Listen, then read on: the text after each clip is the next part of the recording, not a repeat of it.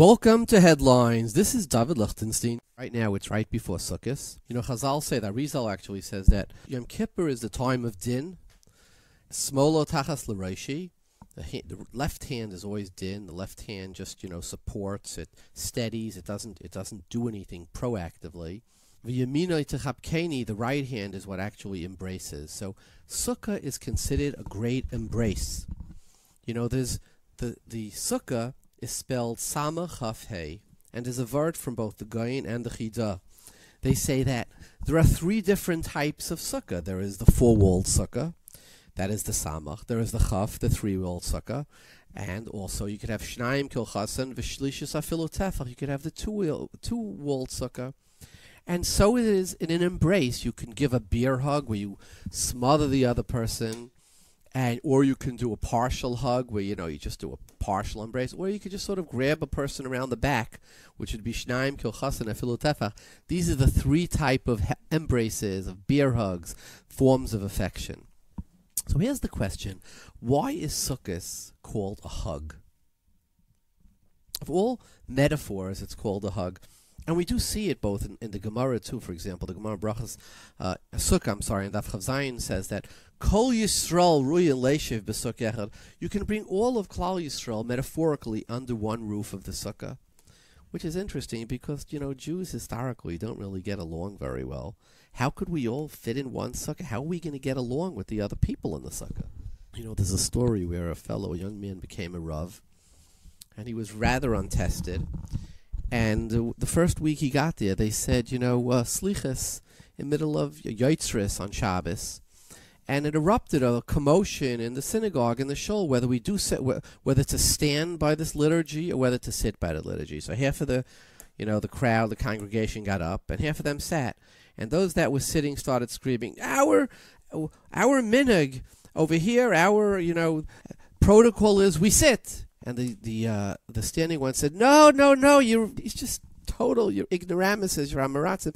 Here, the protocol is, we stand. And there was a big fight, and they didn't know what to do. So they go running up to this young rabbi, and this young rabbi says, I don't know what to do. After davening, we'll try to resolve it. So everybody was screaming, the whole prayers.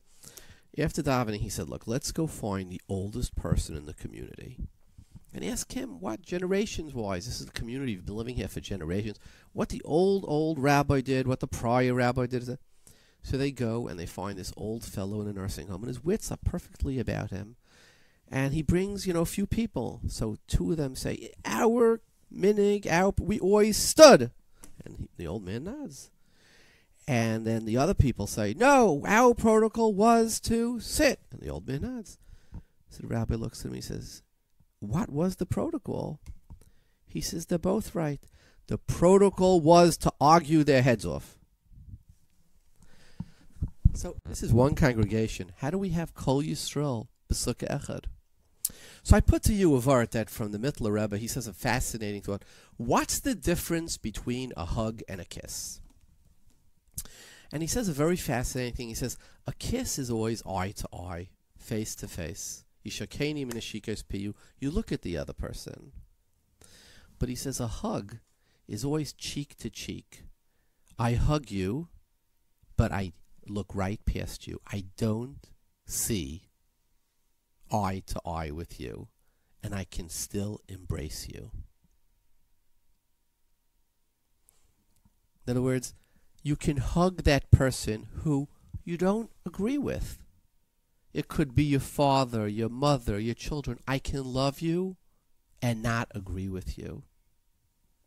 So the secret of the Sukkah, v'yamino techapkeni, it's called a hug, and Kol Yisrael riyam leishu b'Sukkah echad, we can sit in the Sukkah with people we totally don't agree with, and we could still love them. Let me tell you a story. Somebody told me that the Satmar Rebbe, who was known for his being rather opinionated, for lack of a better word, having very strong opinions, a man came to him, and a fellow from Israel, and he was here for medical reasons. So the Satmar Rebbe said, what is your bill going to be? And he gave him a check, and he said, if you need more money, come back to me. He was fighting a particularly malignant disease. And success! after many treatments, etc., the man got better and he came back to the Satmar Rebbe to thank him. So the Satmar Rebbe said, "You're better? 100% sure?" So he said, yes. So he started screaming at him. So then how could you be such a Tzioni? How could you be such a Zai? I totally So the man said, "But you've helped me all along." So he says, "Yes, I helped you, and I strongly disagree with you. I can love you and still disagree with you." And I think that's a very powerful thought. And why is that? I think that's because it's recognizing Kishem She'em Partzufem. Just as there are no two people in the entire world who really look alike, even identical twins you can usually tell, so too there are no two people who think alike, the Gemara says, right? And that makes sense. And one of the reasons for this is, in science, there's something called as the butterfly theory. But this has been proven. They'll take 1,000 golf balls up to the top of a mountain and drop them. And out of the 1,000, no two will end up at the same place. And why is it? One falls off the mountain, a tiny gust of wind blows it a little this way. So then the next step, it hits a rock on the other side, and then it keeps rolling. It hits the wrong side of the tree trunk. They'll take 1,000,000 golf. No two end up in the exact same place.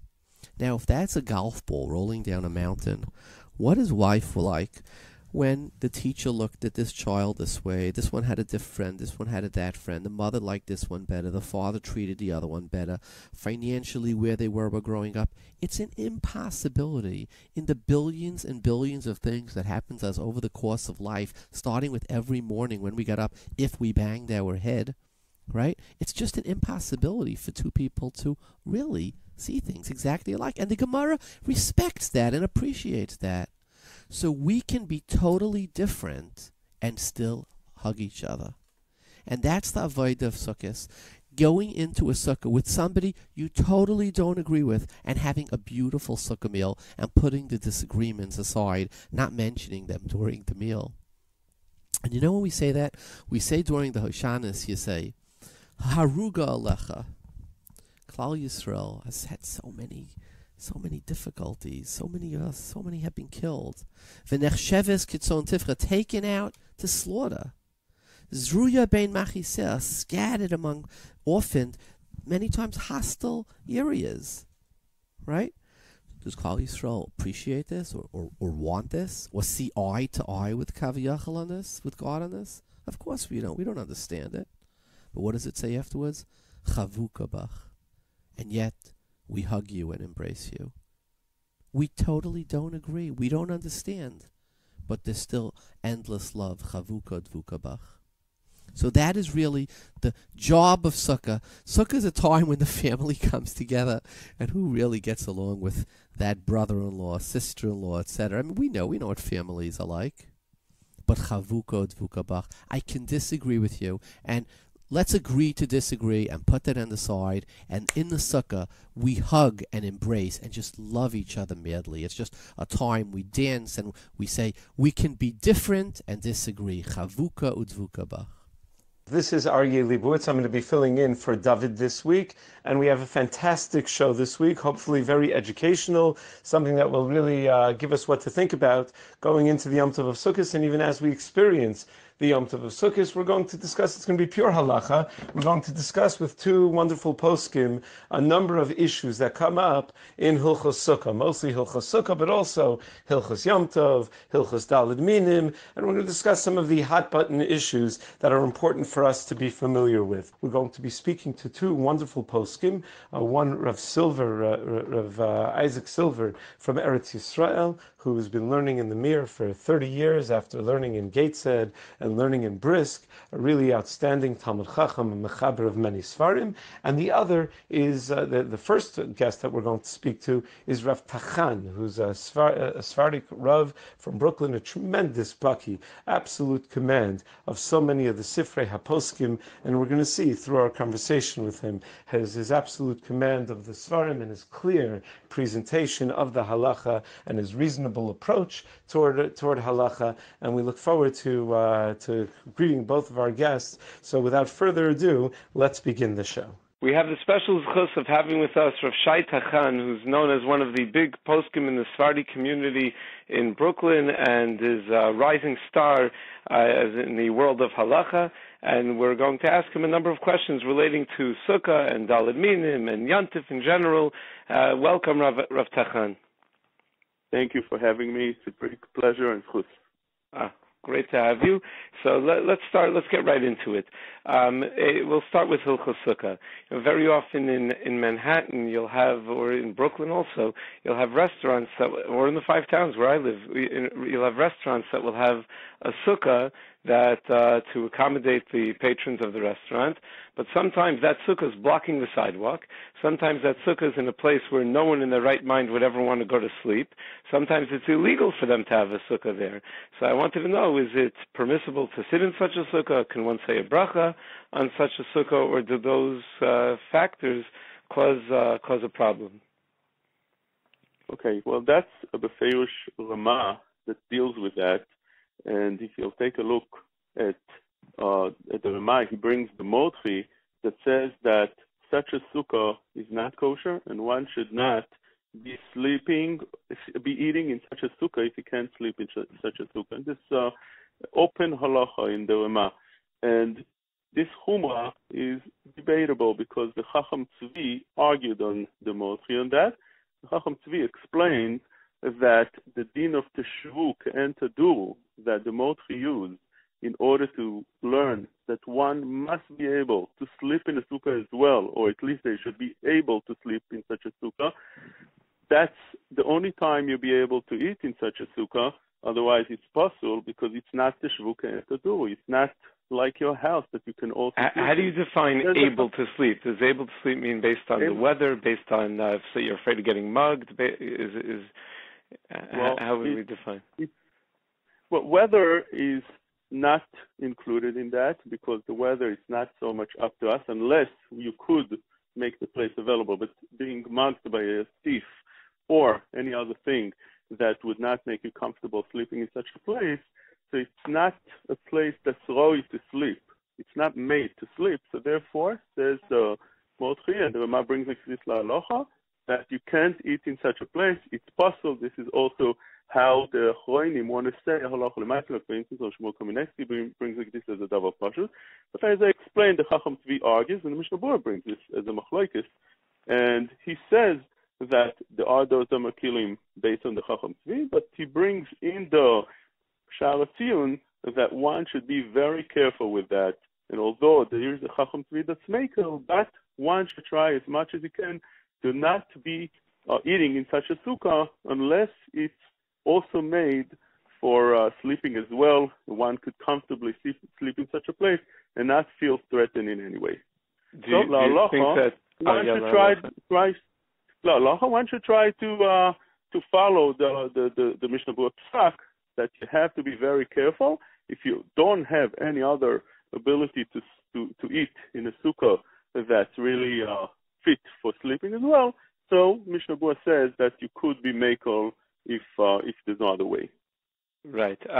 Would the factor that when someone is at work, they're not at home, and maybe they're considered holchei drachim, would that change anything, or would we say that no, someone who's working is not considered holchei drachim? Well, that's a separate question, not for that. Does a person that works is considered holchei drachim? The Gemara Befeirush says that holchei drachim are patur bayom uvelayla, and holchei drachim is somebody that goes according to some opinion only for a mitzvah. This is how Moshe wants to learn, how Chacham Radia wants to learn, that we're dealing with going to a mitzvah and not for davar reshut, like you're going for a tiyul, to go for a vacation. So therefore, a person that goes to work is defined in halacha in Hilchos Tainit. You'll find that the person that goes to work is considered a mitzvah, unlike going for a tiyul, for a vacation, or going traveling. That's not. So a person that does go, it could be that he's patur altogether. Halacha we machmir, especially in a place that it's very common to find a sukkah, that one should try to find a sukkah for that time that he needs to eat. Right. So, okay. So you would say a regular person working in his office in Manhattan, and he goes out to get lunch, and that's the sukkah that's available, that it would be better that he buy something that he doesn't have to sit in sukkah for. It's possible, but if he needs to, he can use that under the two coolest. One is could be that it's patur mishum that din of ochidrochim. And secondly, mishum that although that itself he should be machmir, but together with the fact that there is a chacham tzvi that the Mishnah goes with, use as a snip. So together it could be makel with that. Right. Okay. Very good. Very often in certainly I know where my sister lives in Florida, there is the homes come with a porch that's screened in, that has a screen on top to protect from bugs. And what people like to do is to just lay out the schach on top of the porch, leaving the screen there. Is that kosher? Is there any? What are the issues with a screen that's there to protect from bugs being on top of you when you're in the sukkah? Right. So that's a machlokes Yerushalayim already. Actually, the Gemara itself brings such a thing that it depends why you're covering your sukkah with double pasul. The Mishnah says that if you're covering and you're putting a sadin, which means some kind of sheet, on top, if you're doing it from to protect you from the heat of the sun, or because the leaves are falling on your table, so such a thing, it says in the halacha that it's not kosher. But again, it's a machlokes Rishonim how to learn that. And the Shulchan Aruch brings both opinions, and he brings it as a stam ve'eshoim. The first opinion he brings as a stam is that if you have such a thing, if you're doing it in order to protect you from the sun or from the leaves falling, it's possible. And if you're doing it for beauty, you need the thing in order to make the place more pretty. So you're putting such a sheet that would be that would look nice. That's permitted as long as it's within the 4 tefachim. That's the first opinion. Then the Shulchan Aruch brings it as a yesh oimrim, a second opinion that really says that although you're putting it mishum the chama on the shal, which means the sun or the leaves that are falling, it's still kosher as long as you're not putting it there to hold the schach, which means if you wouldn't have it, the schach would fall and you wouldn't have the sukkah kosher within the 7 days. So it really protects and holds and supports the schach. So over here, we have a stam ve'yashayim. How do we paskin? It seems like lechatchila, definitely a person should not have one of those at all on top, on the bottom of the schach, even within 4 tefachim. But if it's, let's say, raining and one wants to sit in the sukkah and be mekayim the mitzvah, according to the second opinion, since the schach is kosher and it's not, and the sheet that is put there is not for support, so one is allowed to put it and be able to sit in the sukkah as long as within 4 tefachim to the schach. And this is how the Shevet HaLevi says, halacha l'maaseh, that when it's raining, one should put that sheet on top and protect the schach and be able to sit inside, protect not the schach, protect the sukkah from the rain, so you can sit inside. So why would you need to do that when it's raining? When it's raining, you're patur from sukkah anyway. That the Mishnah says Hashem is pouring the kiton al panav. Why would it be necessary when it's raining at all? That's true, but a person that wants to be mekayim the mitzvah, he wants to do mitzvah Hashem. When there's ability, is that a kiyum mitzvah? Is that a kiyum mitzvah? According to the second opinion in the Shulchan Aruch, it seems like one could be mekayim like this the mitzvah, and therefore, since you have such an opinion, says the Shevet HaLevi that one should try to do as much as he can in order to sit in the sukkah in a permissible way and be mekayim the mitzvah. According to that opinion, you mekayim the mitzvah, and therefore I'm just saying that screen that they have, mistama, it's made for beauty. It's not made to protect the schach and make the schach still stay there. Otherwise, if the schach really lies on it, and that's what. No, they have other things that hold the schach. It's not maimed the schach. It's there to protect from bugs, because from mosquitoes and the like, especially with the West Nile scare and all the other the Zika scare that they had in Florida. Right. So they have to protect from the bugs. I think that's what. Right. That's what so according to the Yesh Omrim. But normally stam and Yesh Omrim we pass like the stam. But you're saying that is a big discussion. It's not so pashut, because although Chacham Ovadia goes with like that very, very strongly, the stam ve'yesh omrim is like the stam, and he brings a Ramah Mipano that seems to say like that. But if you see, almost all the Achronim learn that one should try to be machmir like the yesh omrim lechatchila, And this is also how the Rama Mipano really almost openly says so, that one needs to be choishesh for the Yesh Omrim. And although it seems like a stira in the Rama Mipano from Reisha to Seifa, it's explained already in many of the Choinim that really he really means that one should try to be machmir like the Yesh Omrim.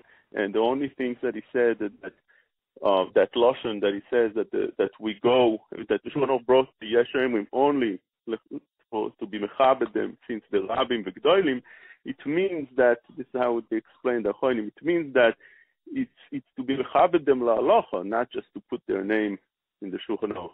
And but is there a difference? Is that perhaps just to be choshesh l'chumra, but not to be somech l'kula in the Yesh Omrim? True. Sometimes. This is, by the way, this is the explanation of Ezra Atiyah. It's brought down in the Sefer or the Sefer Chai in the beginning. Now the Hakdama that they brought this in very nicely. Yes, l'kula it would also apply sometimes, but let's say it's a hefsed merubah, so you need to use such a thing. So you'll use the Yesh Omrim. Over here in our case, definitely that it's either you'll have a mitzvah, or you don't have a mitzvah. Shevet HaLevi, and also they say that because Moshe learns like that as well, learns that one should try to put that schach when it's raining. But obviously, over there, if it's dangerous because of the mosquitoes you're talking about, the Zika, and Achinami. Otherwise, if it's really not dangerous, or the danger is not imminent, which is also a discussion, what's considered dangerous? Not everything is considered dangerous. You have to have some kind of real danger, and I'm not sure what goes on over there, but unless it is a real danger, one should have the schach open, right, or the screen open, so the schach will be open and exposed. Okay. Moving on to a different sukkah topic. When you go into any of the local stores here, I'm sure the same is true in Brooklyn, where you live in Brooklyn, right? Yep. We go into any of the local stores, so they sell a lot of beautiful decorations with pictures of Gedolim and all sorts of tfilos and Rishpizin, but they also sell a lot of decorations that were quite clearly not made originally as sukkah decorations. They were made as decorations for non-Jewish people for their holiday seasons, lights that flash and things of that nature. Is there any issue with using that as a sukkah decoration, given the intent of those who made it? Well, I'll tell you what, the Shevet HaLevi speaks about this, and he says, he brings that the Shulchan Aruch does say in a couple of places, one of them, for instance, is in Yoredea Kuf Lametes, that ner shel elilim, ner shel avodah zara, you're not allowed to use. You're not allowed to use for a mitzvah. And what's considered a mitzvah, like, for instance, Shabbos candle, Hanukkah candles, in the shul, you want to light it in shul. So it says the Pharaoh you shouldn't. But Shevet HaLevi explains that is only true when they lit it already for the avodah zara. And now they extinguish it and you want to use that candle, that's already mevuzel, a mitzvah. But when we're having something that was made in a factory and was never lit for avodah zara, it's like Hazman Alav Milta, the concept of Hazman Alav Milta. It's made in a factory also where there's no human hand over there. It's just done in such a... The Shevet HaLevi says it's fine. But in my opinion, if you can tell from the decoration that it's a avodah zara decoration, which means it's for the holiday, and it's very visible, you're not going to put a Santa Claus a picture because it's made in such a way. But if it's a decoration that they use for the holiday, but it's really not, you can't tell, so there's no problem at all. Right. Okay. Moving on in Hilchos Sukkah, the Sukkah could be an expensive yontif for a lot of people, and thank God that we're more affluent probably than the Jewish people have ever been, but still it's very challenging for a lot of people to make the yontif. And one of the expenses, there are all these fancy sukkahs that they sell, and they have very muhudar sukkah mats, schach mats that they use that are held together by bamboo strings so that you don't have any issues of maimid. But a number of years ago, one of the Batei Din in America came out with a psak that if you go to any Home Depot or Lowe's or any basic home store, they sell bamboo mats, not made like in the old Chinese mats for lying on or for sitting on, in Kabbalist Medress or anything like that, but made for like fencing around the property, and they're extremely cheap. The only thing is they're held together by string. So they came out with a psak that even though, but for that string, it wouldn't stay on the sukkah. So in the sense that that string is a maimid, if you put a 2x4 or a number of pieces of wood over it, the weight of the 2x4s would hold it down, and therefore the string becomes unnecessary as a maimid to keep it on the sukkah. It's still necessary to hold it together for convenience sake for when you want to take it off, but to hold it on the sukkah, the 2x4s would be sufficient. So they were makel to buy these much cheaper mats. So is that a viable kula? Is that only something b'shas Schach? Is it something that shouldn't be relied on at all? What are your thoughts? Well, the halacha, this is halacha in Siman Taf Resh Kaf Tes, when it's speaking about the Schach, which Schach is kosher and which Schach is not. And it says that machzelis, the mat, it depends. Sometimes it's mekabel tuma and sometimes not. And the Shulchan Aruch says that it depends if it's small, unless you know. If you know it's made for shriva, for lying down on, then for sure it's mekabel tuma. You know that it's made for something else, then you know for sure it's not mekabel tuma. But when we're dealing with stam, when we don't know, you walk into a store, you don't know what it's made for. So then the Shulchan Aruch says it depends if it's big or small. Big, it's mistama, to cover you or to lie down on, and therefore such a thing would be not good because it's mekabel tuma. If it's big, it's mistama, not mekabel tuma because it's not made for shchiva. And the Bikurei Yosef brings down that the shiur of small means the size of a person. It could be a little bit bigger than that. And therefore, according to that, one is allowed to buy a mat that is made larger than that. Now, Shulchan brings and says that it depends if the mat was done to wrap merchandise. That's also mekabel tuma, one should avoid. But normally, the pashtus, those things are not made for that. And therefore, if it's not the size of a person, that's a raya also, or just a little bit bigger, that's a raya that it's not made for shriva, and therefore such a thing would definitely seem to be okay. What about the strings? I just like to add to that, although that was obviously the correct psak from the Bais, but many achronim say that whenever you have a string that's not mekabel tuma midoraisa, that's holding the schach together. So therefore, one is allowed to use that because it comes exera l'exera. This is how the Shevet HaLevi says. So for instance, I'll explain.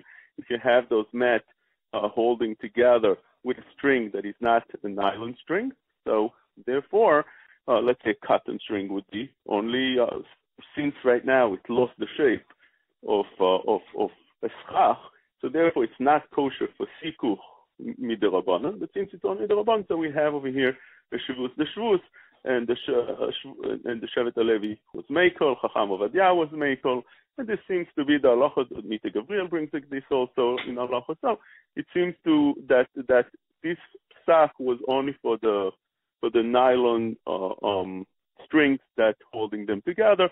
Shmuel Kamenetsky was meikol with nylon strings as well. There's many reasons to be meikol with such a mami because there's many fakers what the halacha really means, but that's for a different discussion. Right. Okay. So the bottom line, halacha l'maisa, when it comes to these to the regular Home Depot mats, what would you? No, I would think it's fine. You would think it's fine. Okay. If it's larger than that size that I mentioned. Right. Which I think it is. Yeah. Okay. Let's move on to sleeping in the sukkah, which is an interesting topic because it's really beferish in the Gemara that it's even more serious than eating in the sukkah, in the sense that the shenas Aryeh has to be done in the sukkah also, and achilas Aryeh does not have to be done in the sukkah. And yet you see that a lot of people are not so careful about sleeping in the sukkah. I think Lebowitz Hasidim have a minhag that they don't sleep in the sukkah because of the presence of the Shechina, so it's al pi Kabbalah not to sleep in the sukkah. But it's even non-Hasidim, just a lot of people aren't makbid to sleep in the sukkah, at least in the New York area. Is there a basis for such a heter? Is this something people should be more careful about? Well, Bais, definitely I have a Bais because in Halacha. The Lema brings that down. It's Siman Taf Lamed Tes. He brings in the Feirush that those that are noeg not to sleep in the Sukkah, they have a certain reason to be makel, because in their country it was very cold. So therefore it would be tzar to sleep in such a Sukkah. That's the first opinion, he says, and then he says it could be because Sukkah is a place just like home, Teshu Kentadu, and you have to be in the Sukkah with your wife, and since if your wife can't sleep with you in the Sukkah, so therefore it's not anymore Teshu Kentadu. Magen Avraham says it's different snatch over here. He says that you have tzar when your wife is not there with you, not that it's mishum ke'ein tadu. The Rama would bring only mishum ke'ein tadu, even if you have no tzar. The Magen Avraham says mishum tzar, that your wife is not with you in the sukkah. But those reasons are openly in halacha. Mishnah Berurah brings that the Gra argues on that. But there is such a kula that one can use. Now, I'm not sure. Some want to say that if others are mitzvah, I think Yisroel Mi'ava brings that like this. If others are mitzvah because you're sleeping in a sukkah, let's say your wife has tzar that you're in the sukkah, so therefore you should be potter, and that some Hasidim want to use maybe also the kula, but lemaise we see from halacha that that's not a kula from for instance the fact that the ptur is for the Baal that is betzal, that his wife is not with him, but not the opposite, that the wife is betzal, that the Baal is not with her. So we see that that's not really a kula that could be used, and the Heineman don't like this kula so much. So if really la halacha one should try to sleep in the sukkah, but is there a certain limus chus? There is in that lema, in the Magen Avraham, and those that use it, they rely on that. The limus chus is certainly much greater for a married person than for someone who's not married, because you have both kulas of the Rama. Yes.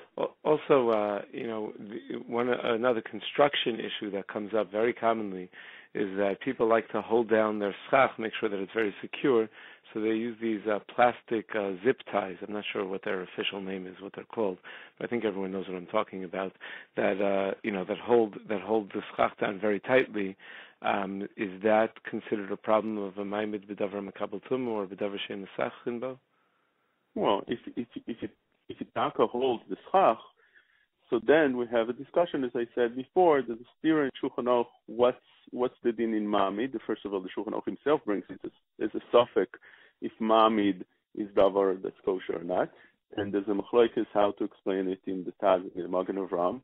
That there's a steer in the Shulchan Aruch, and you have over there a machlokes also. Do we say ma'amid?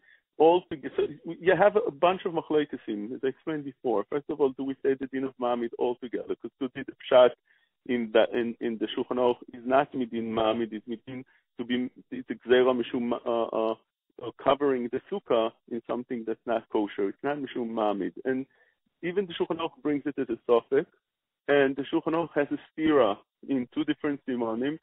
So you have a lot of reasons to be makel. So now, lemaise, we machmir in all these things. If taka it holds the schach, and without it, the schach will fall down. But so one should use those that really aren't mekabel to ma'amid. The rice, as I explained before, which is one of them because it's made out of plastic. But if it's not so, if it holds without it, and let's say it's just there to make sure that if there's a ruach she'eino mitzuya becomes all of a sudden very, very windy, so that would protect it from falling down, then one can definitely allow such a thing because it holds even without it. Right. Okay. So certainly if you have some 2x4s running across the top, that would protect from a ruach mitzuya, and these zip ties are just there for the ruach she'eino mitzuya, then it would be for sure okay. Right. Yeah. Another issue that comes up in the Gemara that it seems to be a lot of people don't follow what it says in the Gemara, but Kedoshim and Talmidei Chachamim and Tzadikim for many generations already have this practice, is on Shmini Atzeres in Chutz La'aretz, the Gemara says, and the Shulchan Aruch Paskins, that you need to sit in the sukkah. And all the Hasidim, and again, Kedoshim and Talmidei Chachamim, and really wonderful leaders of Klal Yisrael do not sit in the sukkah on Shmini Atzeres. So is there like a good explanation of that practice? Well, as you said, the halacha is pretty clear. The Shulchan Aruch brings down that one needs to sit in the sukkah and sleep in the sukkah in Shmini Atzeres.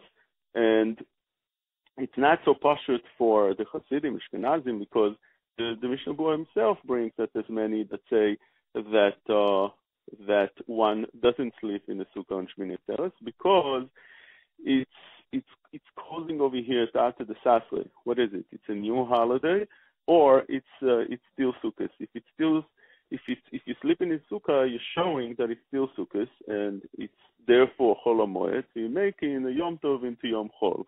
Eating in the sukkah, it's fine, because by eating, that many people eat outside in a nice weather, unlike sleeping in the sukkah, which one wouldn't do if it's not for Sukkos. So therefore, the sleeping, definitely they have room of a kula, as the Mishnah Berurah brings down.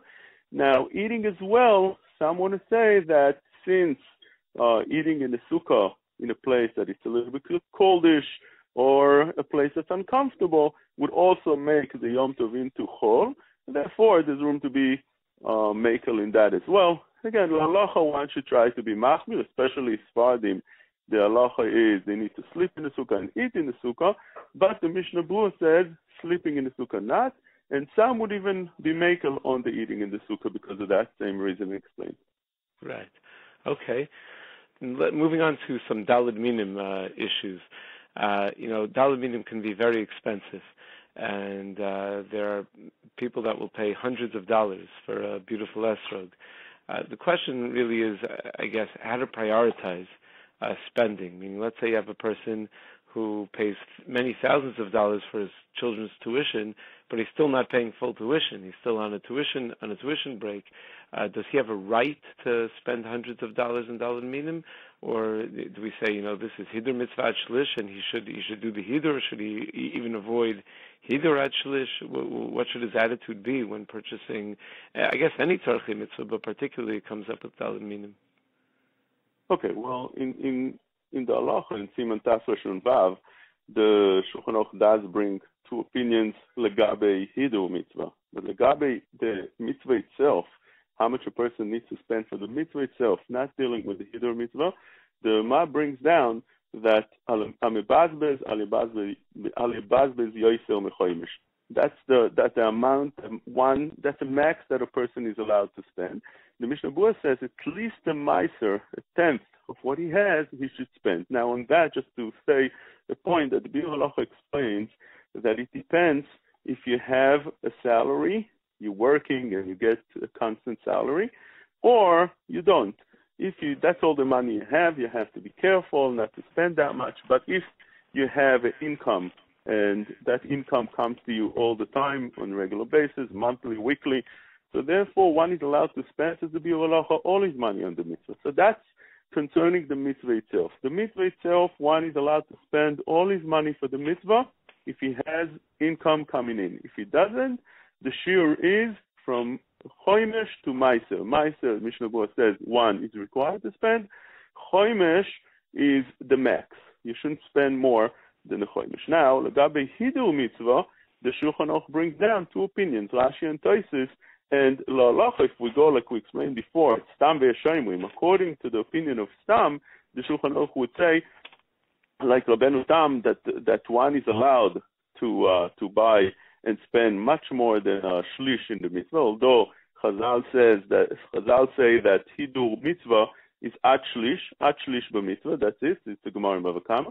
But there's a machlekes over here, Rashi and Tosfos, and la'alacha, what does it mean? It means that from what you intended to spend or from what you bought already, or it means that only if you bought something that's a minimum size that you might, during Sukkos, the esrog would become a little bit smaller, and therefore you wouldn't be yaitzer with it, so only then you're required to spend more for that. Since that's the way we paskin, like the Stam, So even on the Hidur, one is allowed to spend more than the Shlish. How much more? I guess it goes also, again, to the essence of a mitzvah of unless you had constant income. That's on the side note, but obviously one should be Einav Beroisho, don't spend all your money on the esrog when you do have other mitzvahs or other chiyuvim, other obligations to your family. Right. But this is all in terms of how much you're supposed to spend on the mitzvah. But what if you're getting tuition assistance, which means you're really essentially being makabel tzedakah? So does that change the picture in terms of how much you would spend on a mitzvah? Do you first have to pay back your chovos? I mean, let's say you're in debt, you owe somebody money. So would all these same halachos apply of spending, that you're allowed to spend ad chomesh, or would we say no? You only spend the minimum that you need for the mitzvah, and pay your chovos back. That's also a mitzvah of priyas bal chov. So over here, it's not a formal chov, although many of the tuition contracts that they have now have in the contract that if you have any extra income, that you'll give it to the yeshiva. Would you say that's considered like a chov in that regard? Right. So again, these are two different things. One is if you're getting a break on the tuition. Getting a break on the tuition today is a common thing, and whatever you have, it belongs to you, and you don't necessarily have to make those cheshbonos. But if you are under, you have debts, you do have to pay tuition, and you owe the money, and obviously that comes first. The idea of Priyas Bal Chov mitzvah of Chaim learns that it's not only a mitzvah; it becomes an obligation because you're a Baal Chov, so you're nechosim meshubad to the malve or to the Baal Chov, and therefore over here as well, if you have such an obligation, it would be the same question with a meiser. Many people ask this question: do they give first? Do they have to give meiser when they have debts, or pay the debt? And the halacha would be in that it's brought down in the Sefer Baruch Tzedakah that one should pay first his debts, and if he can, he should write how much he needs to give to Meiser every month, and eventually pick it up and pay that as well. But first, he writes comes the chiyuv of paying back the debts, the Priyas Bal Chov. But again, Priyas Bal Chov is more than just the mitzvah. You're nechosim mishubadim, so that money really should not be going to other things because it belongs to the person you owe the money for. Yes. Right. Okay, well, one more Arba Minim question, then maybe a couple of quick Yom Tov questions in general. People talk a lot about the yichus of an esrog. I know some people are mocked. I think there was a video going around a couple of years ago of Rav Chaim Kanievsky just taking one esrog after another, and my guess is he was trying to be machmir about the yichus, and they all come from different, meaning to make sure that it's not grafted, that it doesn't have any lemon parts to it. And I know my Rabbi, for example, Rav Schachter is makbid to use a Temani esrog because he thinks that that's the best thing to use, the most likely candidate. Is there something that people should be careful dafka to avoid or dafka to look for when it comes to the yichus of an esrog? Okay, so this is a hard question because again you're going into people's parnasa as well. And all the soigim have what to rely on. Some don't like the yichus of some, and some don't like the yichus of the other. And achinami esrog temoni it's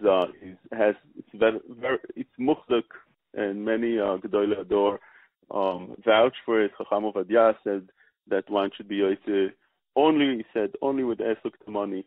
Many held that the Moroccan esrog is definitely with a yichus of being bilti murkav, and it's known that the Minchas Yitzchok, he brings down that although some mefakbekim in this, but Minchas Yitzchok says that the Moroccan esrog is 100% kosher. It's known that the Chazon Ish was shaken also after his esrogim, the Moroccan esrog, and the whole story with the Griz, how much he was mehader to find the esrog, a Moroccan esrog, and each esrog has his own story and his own, but that deserves a shiur by itself. So it's very hard to answer on a nutshell what one should be with. But those that I mentioned definitely has as a chazaka and has a good yichus. Is it a good idea to go around shul taking everyone's esrog just in case? I don't know about that. G'dolei Hador were always doing the extra, going to the extra mile to do more idurim and try to be yoyse every possible way.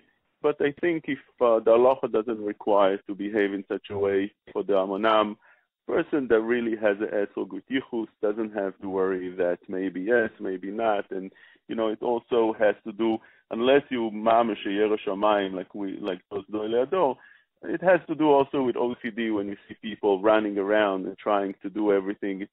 Unless a person is really, you see that he's mamash medakdek with mitzvahs and that's what he cares about. And many times it's not a healthy thing.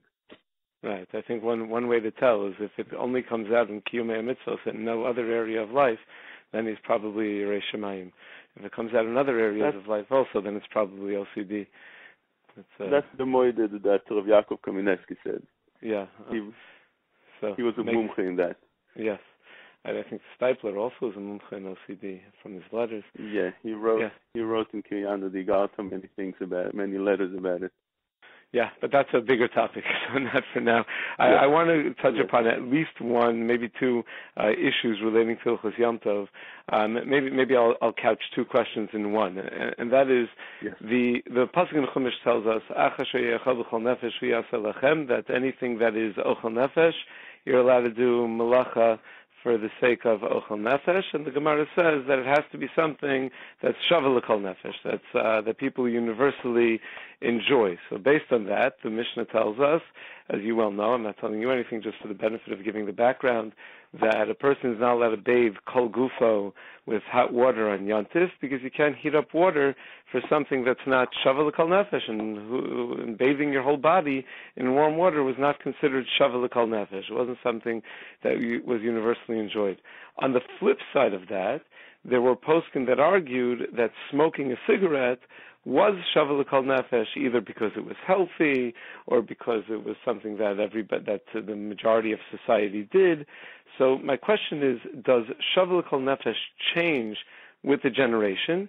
And if so, would that mean that nowadays that the majority of society, certainly in America, does not smoke cigarettes, and it's certainly not healthy, that leaving aside any Isser it might be throughout the rest of the year, that it would be an Isser d'Oraisa of Chilul Yantif to smoke a cigarette? And also, would it therefore mean that nowadays, certainly again in America, where people typically shower, if not every day, almost every day, that heating up water in order to shower now becomes shavel l'kol nefesh and would be mutter? Or do we say, no, this was kavua? I think Dabritsina writes in the Tshuva that once it's determined what's shavel l'kol nefesh, it doesn't change, that it never changes over time. So which way would we say, and are these two ramifications correct? Right. So the cigarette smoking is a good question. Is a good raya that it does change, as you see the Yisroel brought like it is, and we see that when it becomes something that most people do in that place, it changes to become shavel l'kol nefesh. And that's a good question that you're asking, since Shlomo Zalman asked these questions, wrote down in Shmini Atzeres Kilchosa, that why is it that we look at bathing not shavel l'kol nefesh, as the halacha brings down in Shulchan Aruch Yud Aleph, but smoking and other reasons as well he brings over there that does change. So first of all, the halacha for smoking, it's a machlokes if you can smoke on Yom Tov in our generation, since it became something that's eino shavel l'kol nefesh in our generation. Previous generation, many people, I don't even know if you can say majority of people, but it was very, very common to smoke. You would see people smoking all over in the medrash, in the bus, in the airplane. Today, the mentality of people change. People don't smoke. If they smoke, they go behind where they don't see them. So it became something that's not. I'll tell you, I was with my daughter in Eretz Yisrael, my 9-year-old daughter, and it shocked me so much how different it's become now. She saw an ashtray on the table by a restaurant, and she had never seen one in her life. And she said, "Why do they have a plate for cigarettes?" She couldn't believe it. So it's really, it's just that the children say they don't see it. It's really not done anymore. Right. Mistama, if my kids would see it, they wouldn't know what it is. They never saw Asher in their life. But La'alacha, it seems like Rav Elyashiv says that the dates have changed and one is not allowed to smoke on Yom Tov. This is how it paskins. This is how many Achronim paskins. Those don't want to rely on the other opinion like Chacham Ovadia that says that those that really need to smoke, it's still considered Ohel nefesh, and therefore they could smoke. But it's a very hard heter. I guess he couldn't be machmir on the am. Those that smoke, it's very, very hard for them. So therefore, there are limudei zkut, but lemaisa halacha pshuta should be one should try to be machmir, like Rav Elyashiv said, and this seems to be the opinion of majority of the poskim. Legabe showering, it's an excellent question, and really the question is better than the answer. And the question is asked by many of the Gedolei Hador, why it should today bathing should be changed, and one should be able to take a shower with hot water. And each one says his reason why not. Rav Nissim Kareli says the reason you said, that this is the way it was nikva in the time of Chazal, that it's not shavel chol nefesh to take a hot shower, and therefore it's asur. And others want to say that it's a pinuk to take every day, it's not really needed. But Rav Shlomo Zalman brings down in the Sefer on Shulchan Shlomo that the story is down on the bottom on the Oris, that they asked Rav Shlomo Zalman that today it should be shavel chol nefesh to take a hot bath, and he agreed. But although he agreed, lalach lemaise he passed in lechumra, and kol Gedolei Hador passed to lechumra. And although we have many reasons to be makel on showering with hot water, this is one reason, the shavel chol nefesh. Other reasons, that could be the water is heated up, begrama, or Lezion brings such a thing. Rav Yitzchok Yosef has a whole tshuva and ma'aracha to be makel. But although there's many, many reasons, I have shiurim on this, bringing one reason after another. It's a whole, you need to speak about many, many points in this. But although there are many reasons to be makel, it's very hard to be makel against kol Gedolei Hador that stood still and said that one is not allowed to take a hot shower. But this is very important to understand, that the Sha'ar HaTziyun, the Mishnah Berurah Sha'ar HaTziyun says that if you add a little bit warmth to the water to make it comfortable, so lahafik tinosoy, that's the lashon of the Sha'ar HaTziyun, that becomes a shavel chol nefesh. So that means if one wants to take a shower and he doesn't want to take it as a cold shower, but rather put a little bit heat, so we would be mafik tinosoy to the point that it's bearable. The Sha'ar HaTziyun, which that's a Mishnah Berurah, that's a heter, that's a berevach. One is allowed to do that, and even the isur that the minhag of the Ashkenazim that the Magen Avraham brings down, the Mishnah Berurah and Shin Kaf Vav, that one is not allowed on Shabbos to go inside the water. But Moshe said that going inside the water means bathing and not showering, and therefore one that feels on Yom Tov that he's sweating, feels schwitzing, and he wants to clean himself with cold water, according to that, he would be mutter if he adds a little bit of warmth just to be mafik tinosoi. Right. It should be pointed out that there may be other issues as well with schita b'seyar on the hair and bar of soap and potential mimareach. But just in terms of just going into the shower, right? That's what we were. I just want to ask you one last question, if you don't mind. And that is, it's just so common that a person's sitting in the sukkah and there are bees buzzing all over the place. So this comes on many levels, the question. Level one is that people are very uncomfortable with bees in their sukkah. Does that rise to the level of mitzta'er, where a person is then pater from sukkah? And level two is, what can you do to solve the problem? Can you trap a bee and say that, even though trapping is a melacha of tzeda, this is a melacha shein tzricha legufa b'makom tsar, and therefore I'm allowed to do it? Can you kill a bee and say that since shchita is mutar in yantif, so mitoch shehutra l'tzorach achal nefesh, hutra nami shelo l'tzorach achal nefesh? Well, is the problem big enough to be pater from sukkah? And even if for someone who's not allergic to bees, I imagine for someone who is allergic to these things, then it's the mamish dangerous, then for sure. But even for someone who's not allergic, and what are the eitzas that could be used? Right. So if one is allergic, definitely should go inside, shouldn't be in a dangerous place. And if it is this very much disturbing, just like any other thing that would be very much disturbing, and you did everything possible to make sure that it would not be there before Sukkot, you arranged that, but sometimes it's beyond you, and although you did what's needed, still you have those insects coming in and they're disturbing you. It's a nuisance. So therefore, for bees, specifically for bees, if one has bees and it's disturbing him, he should go inside his house because he is mitzvah, unless there's a way to go around it. Trapping the bee, you're right, Enoch Hinami.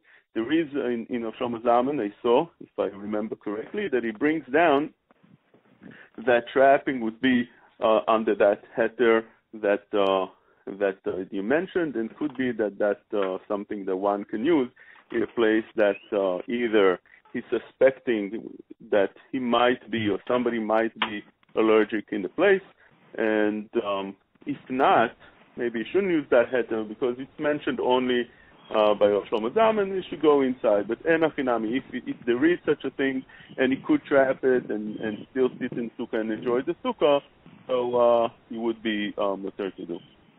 Right. Okay. I want to thank you very, very much for your time and for sharing all of your incredible knowledge. And you should have a wonderful Yom Tov and Gemar Tov, Guten Kvittel, as they say in Yiddish. I don't know, I don't speak Yiddish so much, but thank you very much for being the Zaka the Rabbi. Thank you. I appreciate having me in the show. Thank you so much. Okay, a pleasure. Take care. We have the special zchus of having with us Rav Yitzchok Eizik Silver. He's a former Talmud of the Gateshead Yeshiva of Brisk, and he's been learning in Mir ever since for a very long time. He's a mechaber of many very popular svarim, a beautiful sefer called Mishpatei HaShalom. If I'm not mistaken, Emes Kanei is attached to Mishpatei HaShalom, all about Shalom and Emes and Ben Adam L'Chavero. It's been translated into English as Code of Jewish Conduct. 2 volumes of Sharei Mishpat, which has been translated into English, Money and Halacha. He has a volume called Binyan Bais Ne'eman and Hilchos Nida, a volume called Yesodei HaBayis U'Kedushaso on Mitzvahs Ona, a really outstanding Talmud Chacham, someone who's been sitting Yomim V'Layla, learning and writing Svarim, being Mechaber Svarim and Paskening Halachos for many, many years. It's a great honor to have you with us, Rav Silver. Shkaya. I want to start just by asking some Hilchos Sukkah questions, and then maybe we'll transition into some of the other topics relating to the Yom Tov. Let's start with a very common issue here in New York, where I live.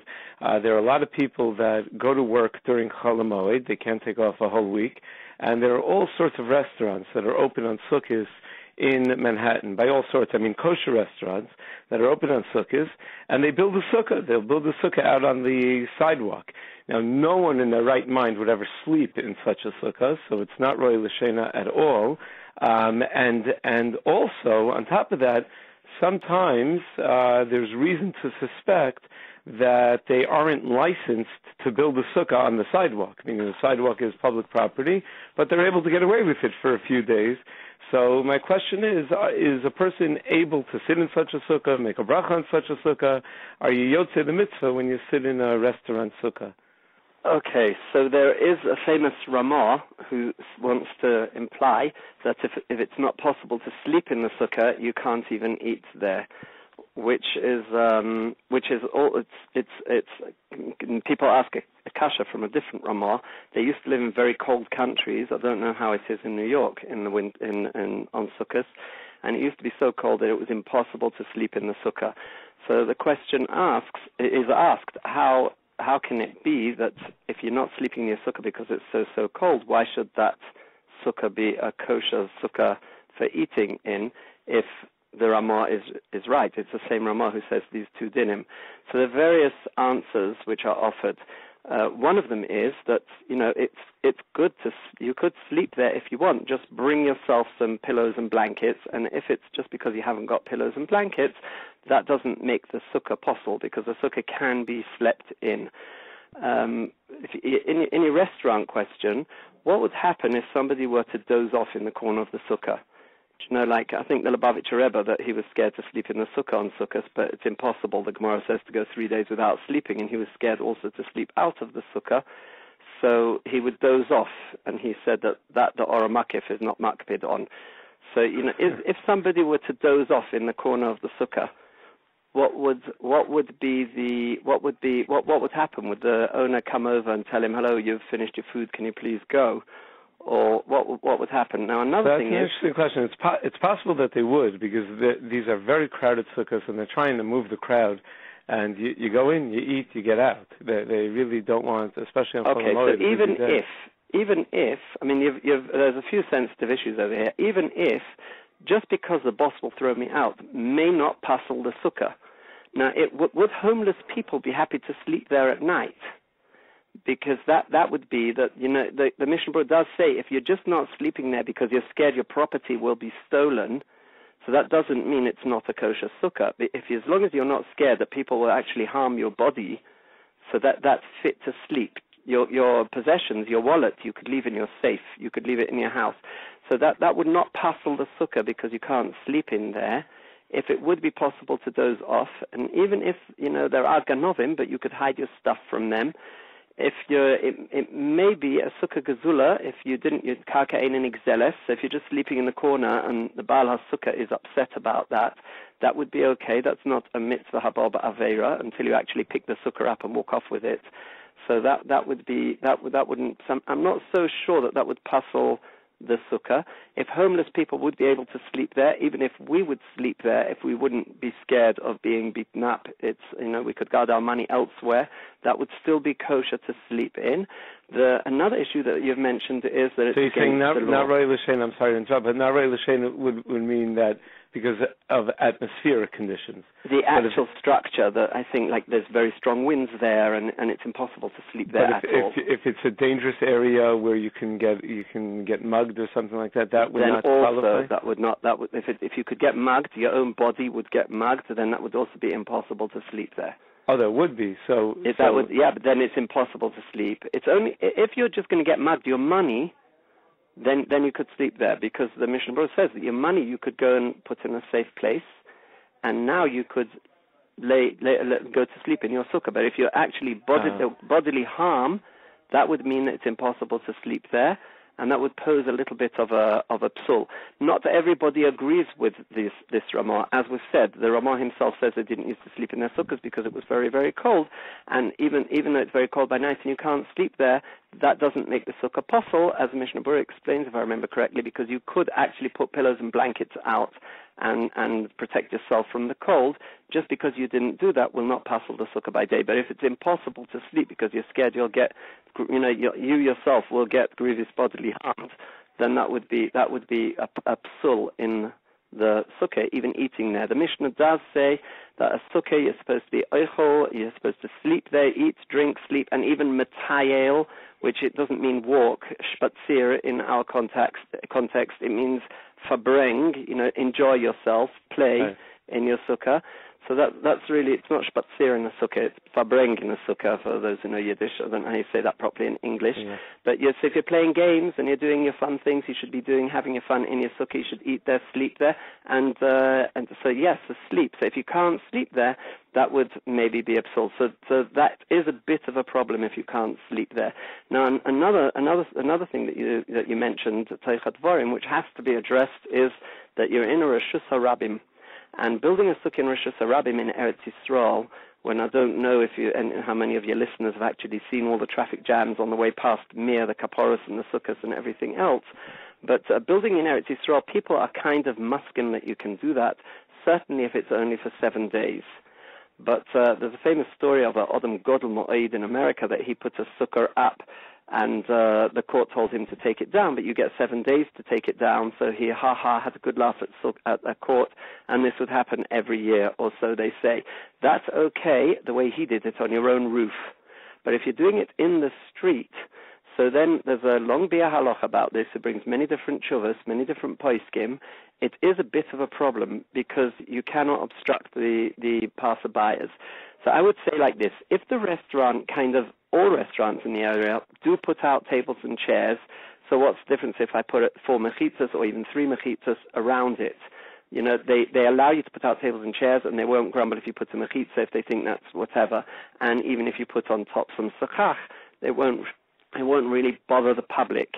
If it bothers the public or the authorities, had you been in Switzerland where you put up such a structure and within 10 minutes there'll be someone here from the council with giving you a big fine, so that would be a problem. Even if, I've got 7 days to take it down, that would be a problem because you built usually the Sar Ha'ir is not makpid. They used to live in little shacks, and even when they did live in towns, there was a lot more space for the horses and wagons than there is nowadays in Manhattan, and it didn't bother people too much. So if it's a kind of restaurant, a few tables and chairs outside, doesn't bother the passerbyers, you never get a ticket from the council, it shouldn't make a big difference if you're putting some mechitzas around it. So can I to be clear, is the chiluk that you're making, the distinction that you're making between a zoning violation that doesn't really bother anybody but it might be illegal versus something that's actually getting in the way of people on property that they're allowed to use?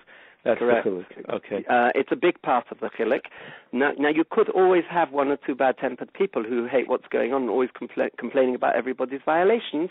But if the general public don't mind, and in this country 7 days on a sidewalk, that does somewhat minimize the pedestrians and the traffic, but people are not makpid. If it's just, you're putting it up just before Sukkos and you're taking it down straight after Sukkos, people generally are not makpid.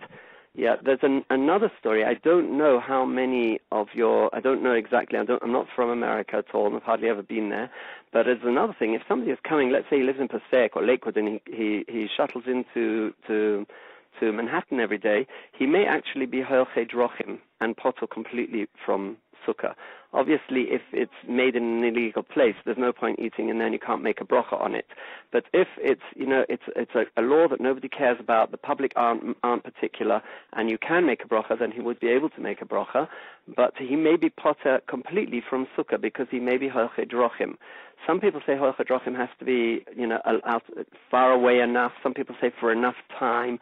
But he's obviously commuting in and out, and he's there for about 8 hours.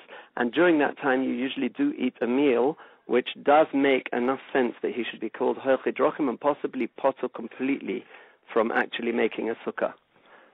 So some of the people, not everybody. Yeah, so you would say you would not be comfortable relying on Ho'el Drochim for the fellow to just eat in his office, but if he's going to go into such a sukkah, to use that as a sniff. We would use it as a sniff for some people. We would use it as a sniff for some people, but some people may not need that at all. If it's on stolen property and he has got a ticket and he's just laughing at them and leaving it up because he's got 7 days to dismantle it or 24 hours to dismantle it or whatever it is, then... So there is the problem of can someone actually sleep there? How dangerous is it? There is a problem of being on public property and disturbing people, which there are many poskim about it. We've quite simplified it by the way we speak.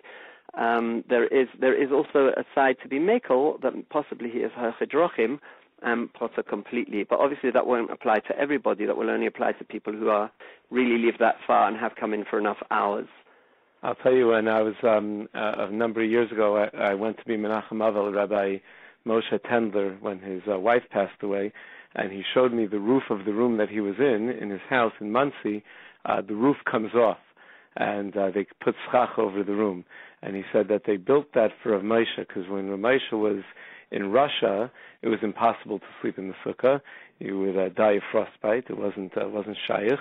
And on the Lower East Side, it was extraordinarily dangerous to sleep in the sukkah. So he would love to come to Monsey, but he was in his 80s already, and he still wanted to sleep in sukkah, and it made his daughter very nervous that he was going to be outside. So they built the room in such a way where they could take off the roof and take off the ceiling. Yeah, when I was growing up in London, also many people had that kind of arrangement, and it's very affluence is something Baruch Hashem we're blessed with, and people building mikvahs in the house or pools, they could certainly build some kind of, in this country there's a mirpasot that you could just remove the roof one way or another. And certainly that's a very good way of sleeping in the sukkah. Many people do it if somebody can. Yeah, but we haven't really spoken about sleeping in the sukkah yet, and we haven't talked about restaurants with removable ceilings either. Right. Okay, so once you bring up the topic, let's talk a little bit about sleeping in the sukkah. You know, in Eretz Yisrael, it's the nicest time of the year. The weather's beautiful, and it's very comfortable. When I've been in Eretz Yisrael for sukkahs, it's extremely comfortable. What if you have a person in New York where I know many people will, if you ask them, do you sleep in the sukkah, they say the first night. And then I wake up with a cold, and then I don't sleep in the sukkah the rest of the time because I have a cold. Is such a person required to sleep in the sukkah the first night? You know, to what extent is there a particular temperature? Is it dependent on the person? You know, this person, when it comes to buying himself a new kitchen, sometimes it might not be every year, but even it's every 5 years. You know, everything's very well planned, and there's no shortage of money. And when it gets to a mitzvah like Sukkah, which is 7 days of your year, you know, some of these people are, not everybody, but some people are going on holiday maybe 50 or 100 days a year. You're talking about a real holiday, Sukkos, and you'd expect people to invest a lot more in just this kind of excuse. On the other hand, if that's his level of Yiddishkeit, and that's the way he is, his holidays he enjoys Olam Hazeh, but when he gets something Ruchnius, he doesn't realize that's the cash he'll be taking with him to Olam Haba. But okay, so sleeping in the sukkah in this country, like you acknowledge the Ramah had said. I mean, you said before the Ramah had said that when it's freezing cold. Yes, so the Ramah is melamed zechus on the people who don't sleep in the sukkah. He asks why do people not sleep in the sukkah, and he looks for an excuse, and he speaks about the cold, and then he speaks about another issue. The other issue is that the Sukkot Teishvu Shivas Yomim, the Gemara says in Erchin, and that everyone's chayav in Sukkah, and Koyanim Leviim Yisraelim, and the Gemara says, why Koyanim? Of course, why not? And the Gemara says because they're so busy with the Avodah, they may not be able to be Mekayim Teishvu Ke'en Taduru with their wives, being Mekayim Mitzvah, because they have to be constantly on call to eat kodshim and be in the Beis HaMikdash. So that's why there was a Havamina that Kohanim should be actually potter from Sukkah because they can't be with their wives. The Ramah does not bring this Gemara in Erchin. I'm bringing it. The Maskonos Gemara is obviously that Kohanim are chayav, which means maybe they were Mekayim mitzvahs oina Bais also lo tam chacham mafa b'talisay right before Shkia and then Toivold, or maybe their wife was Moichel or whatever. But at the end of the day, there's another part of mitzvahs oina in Erevin Dafnun Gimel, even when a woman is not muteres. Just being able to have the intimate chatter is also part of mitzvahs oina. It's Rabbeinu Tam and Yavom Staf Samach Beis Omid Beis Divrei Ritzui, even when his wife is a nida, if that's what she needs, there's a chi of oina, and anything basically that makes your wife happy is going to be part of mitzvah oina, which is Maram Lublin in Simon Nun Gimel, and it's really already a rival that speaks about Merachim Oleha v'Shomro v'Oyava Kugufo Mechabdeyos Migufa being part of mitzvahs oina. Now, bearing that in mind, that makes it easier for us to understand. This is not just Haboal Yavimtoi and Nofal Min Agag and whatever. And this mitzvahs oina includes a lot more than just the actual. So mitzvahs, a part of mitzvahs oina is actually spending the night with your wife in the same room.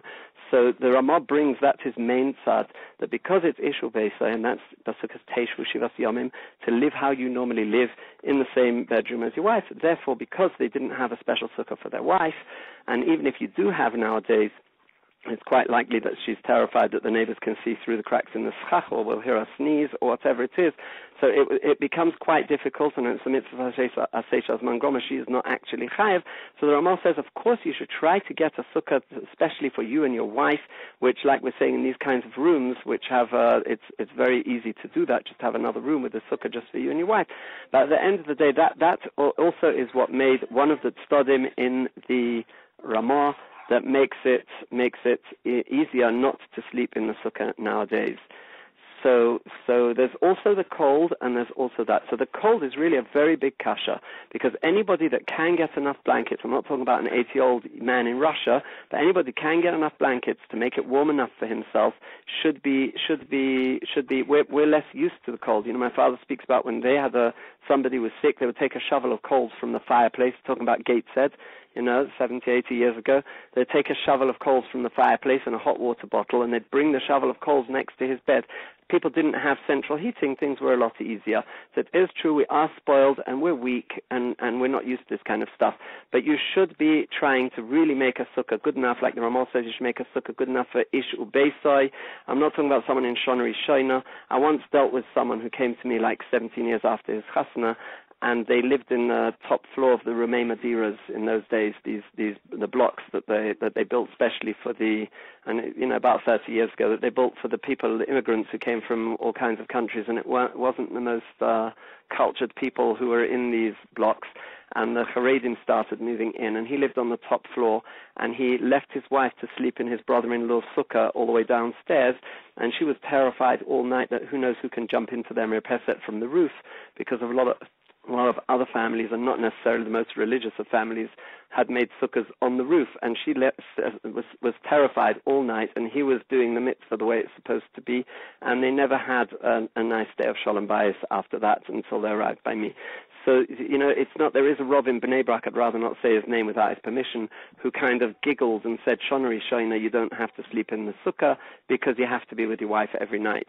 And whether that means, as I'm saying, just l'rachem oleh shomra and ayavak gufa machab de yosmi gufa in the Raavad, or in the Maram Lublin, anything that makes her happy, it is quite, although people do travel on business and to all kinds of places, and different kinds of people have different levels of how much their wife is happy with that and how much she's not. But at the end of the day, the issue based, so those are the heterim. Would you say even Shan Rishon, if the wife is mochel and says I'm fine with him sleeping in the sukkah, that he should still? I don't know many. I deal a lot. I'm in Yeshiva Smir, and I deal a lot with Shan Rishon kind of people, and I don't know how many women can actually say belev sholem that they are mochel, and because like you're hearing the whiplash or the backlash or whatever you call it. What happens later when a woman just says she's mochel and it was much too hard for her, it doesn't always turn out good. Like right.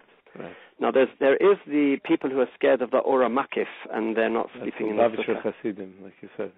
Whoever it is. I remember once I had a guest in over here, was a Lebowitz in my house in Yerushalayim, and I had a 7-8-year-old boy who's a shtikle Eloi. And he asked him, why aren't you sleeping in the sukkah? So this fellow was like quite fresh, become frum, so he wasn't really very well versed in it.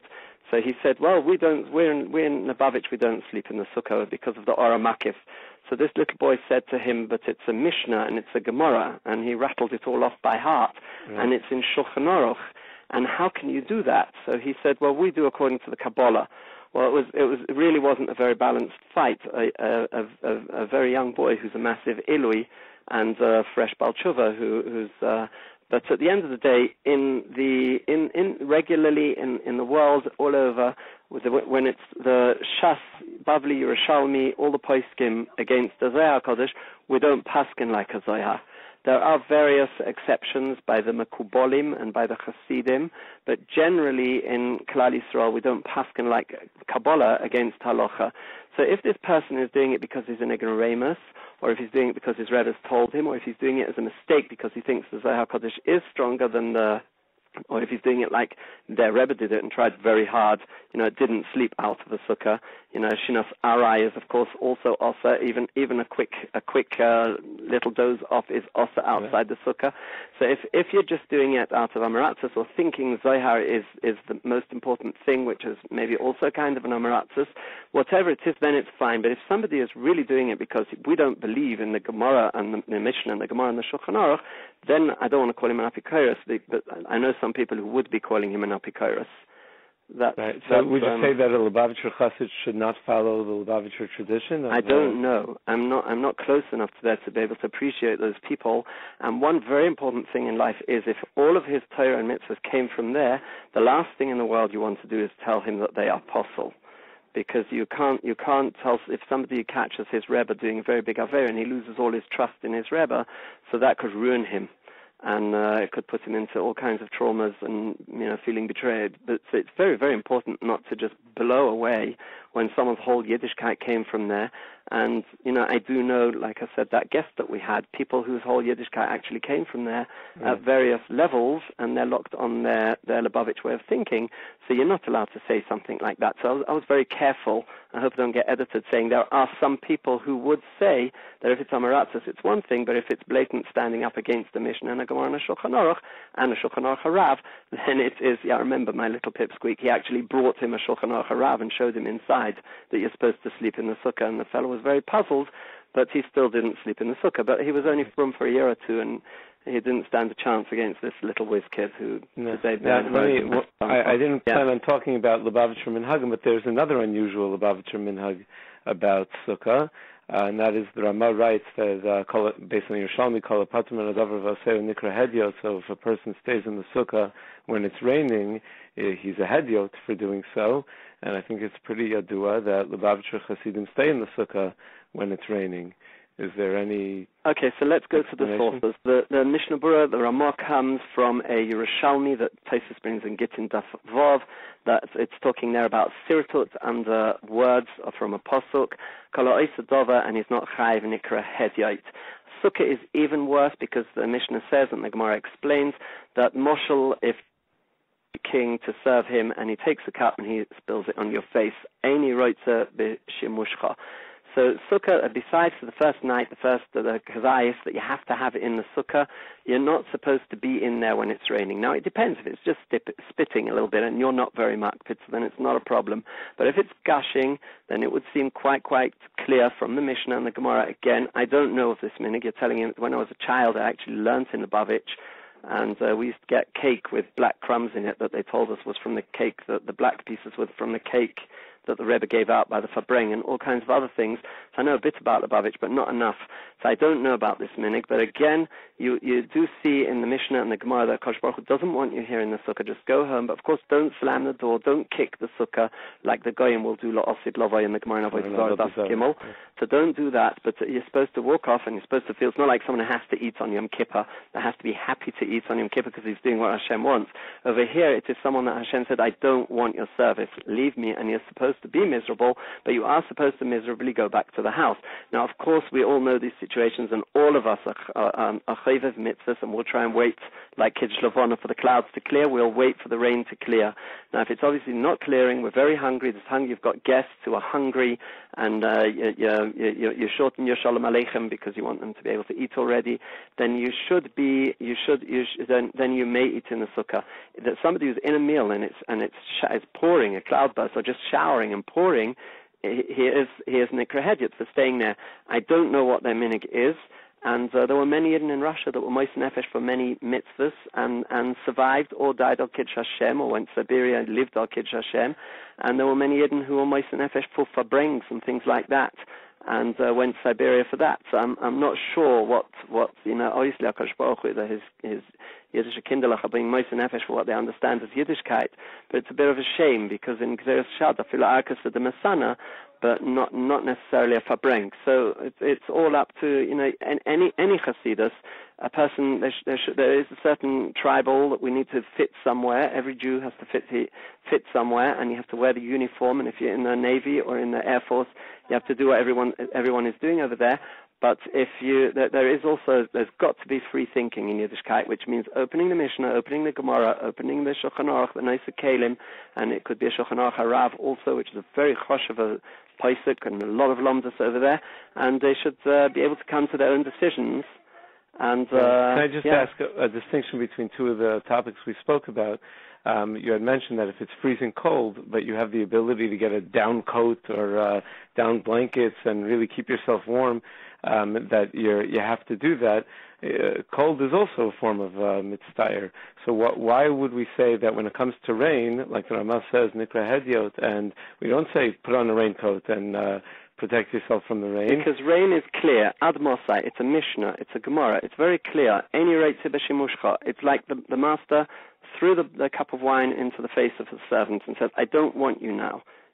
So it's clear that you're not supposed to, and that's why the Ramosh tells the famous Yerushalmi about Sirtut of Kala Isadova She'enai Chayev Nikra Hedyot. Of course, if you tell me, I'm not Chayev Tzedakah, so it's Efshali De'acherim, I'll leave this Achnas Tzorchim to someone else, that guest is a bit of a bother. No, you're not supposed to. You're supposed to try and get mitzvahs, even when they cost tsar. However, when you have a clear Mishnah and a Gemara, so then it's easier to understand. I hope I'm not offending anyone because I'm out of the book. I'm very unpolitical. I don't affiliate myself with any. As I said, I learned in Lebowitz and have a lot of Hakaras Hatov when I was a small child, and I not unaffiliated politically to any crowd. I'm just understand that your listeners are interested in very straightforward, dry halacha. Right. So that's. Okay, let me ask a different question. Moving on to a different sukkah-related topic. You mentioned before that people spend a lot of money on a lot of different things, and certainly they should spend that kind of money on mitzvahs, and that's certainly true. But there are also a lot of people that don't have a lot of money, and Yom Tov is a very big expense. And one of the big expenses that comes up is buying the most mehudar type of sukkah and schach mats, and people who are struggling, will have to pay for schach mats that are tied together, that are held together with bamboo strings. They'll pay an exorbitant sum of money. So the CRC, if I'm not mistaken, one of the kashrus organizations in America, in Chicago, came out a couple of years ago with a list of of bamboo mats that they sell in regular Home Depot and those kinds of stores as fencing. So it was never made as like in old Chinese mats to lie on or to sit on. It was made as fencing, and it's held together with string. But they came with the lumdus that if you put it's very cheap, much, much cheaper than any of the mats made for schach. And they said the lumdus that if you put it over your sukkah and then put a large piece of wood on top of it to hold it down, so that wood would be strong enough to hold it down, even if not for the string that's holding it together, it would be held down by that wood, that's no longer a problem of a maimed b'davar mekabel tumah, and that would be kosher. So just, I guess, is that correct? What are your reactions to that? I don't. It's a very nice, interesting point. I was just wondering while you're talking, the string that holds the bamboo together is some kind of like a sieve, misoviv ledekel or something in this country anyway. And it's, I was just wondering why they can't like sell rolls of that stuff, or maybe get hold of it somewhere, and then just, why do you have to use that string? It would even be better to use plastic string that's not gedule karka, but not makabel tumah. So even though in the sachin boy, obviously they see the string holding the bamboo pieces together as some kind of a mamid, and therefore if you have another proper mamid, then you're okay. So mamid itself is a machlekes haposkim, and what they're saying really is that it didn't become a kli by being strung together. Because it was never a kli, it was made of fencing. Right, and nobody sleeps on it, so it's not even makabel tumah medras. So the whole problem, they apparently, I'm only guessing, I've never seen any of their letters or anything, I'm only guessing. And derech agav, what I did want to say before about the restaurant Sukkos in Manhattan, I'm sure all of these restaurants have hechsherim, and there are always local rabbonim. So you're calling up a young man from Yeshiva Smear who may also paskin on all kinds of things, but you do have to go to the local rabbonim and ask them what they're doing and what they're suggesting for their balabatim. Same thing over here. Once a Beis Din has said it, I'm sure it's okay. So I see this string as mamid, and what they're doing is they're putting a heavy plunk of wood on top, which is now doing the job of mamid, so I no longer need the string. It's something that I would like to think about, because that string at the end of the day was the first mamid, and when you did put the schach down there, it was with that mamid, and does the second mamid mafkia the first mamid? If you're talking like in this country, it's quite common. People use these azikonim, I don't know what you call them in America, these ties, little plastic things. Yeah, I was ask about that as well, yes. Okay, so let's talk about it now. So holding your schach down with those would be a problem of mamid, which is a machlokes. It looks like the Mishnah Berurah wants to say that me'ikar din you can be mekel. However, he does say that you should try to be machmir with mamid.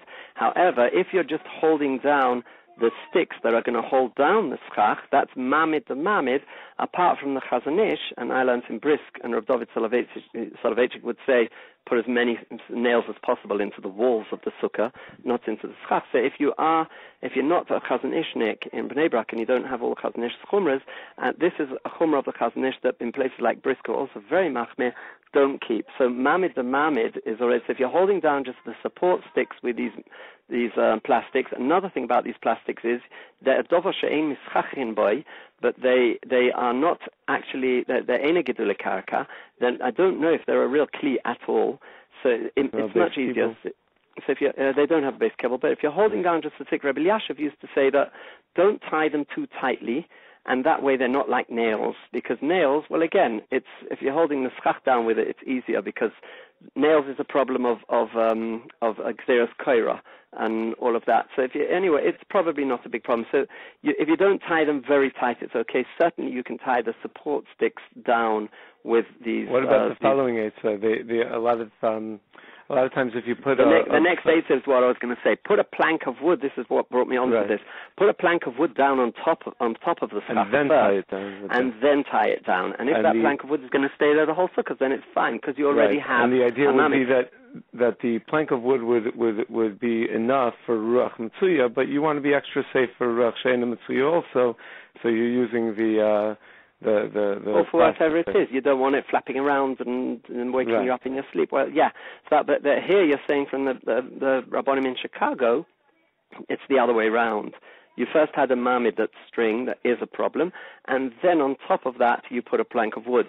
It's probably the same thing, and you can always rely on your local Rabbonim.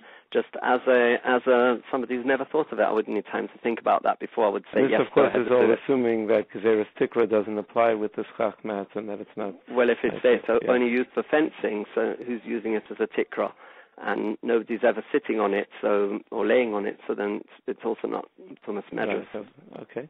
But some of the poskim were machmir to view any mat that's connected as one big piece, and therefore bigger than Dalit Tzfachim, and therefore subject to Xeris Tikra. But for the most part, people are not so machmir are not machmir for such a shita, at least here. Okay, another issue, again, also related to Sukkah. I realize we haven't gotten to the other topics, and maybe we won't, but the Sukkah topics themselves are pretty fascinating.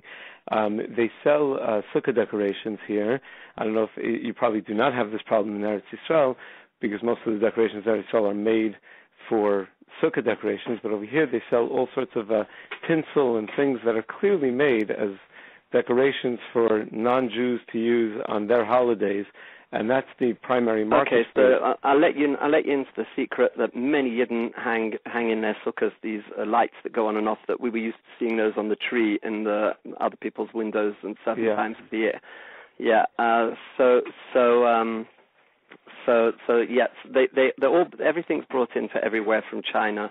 Also, your Baruch Haba and even the pictures of the Rabbanim are also coming in from China nowadays. And of course, they bring this stuff in.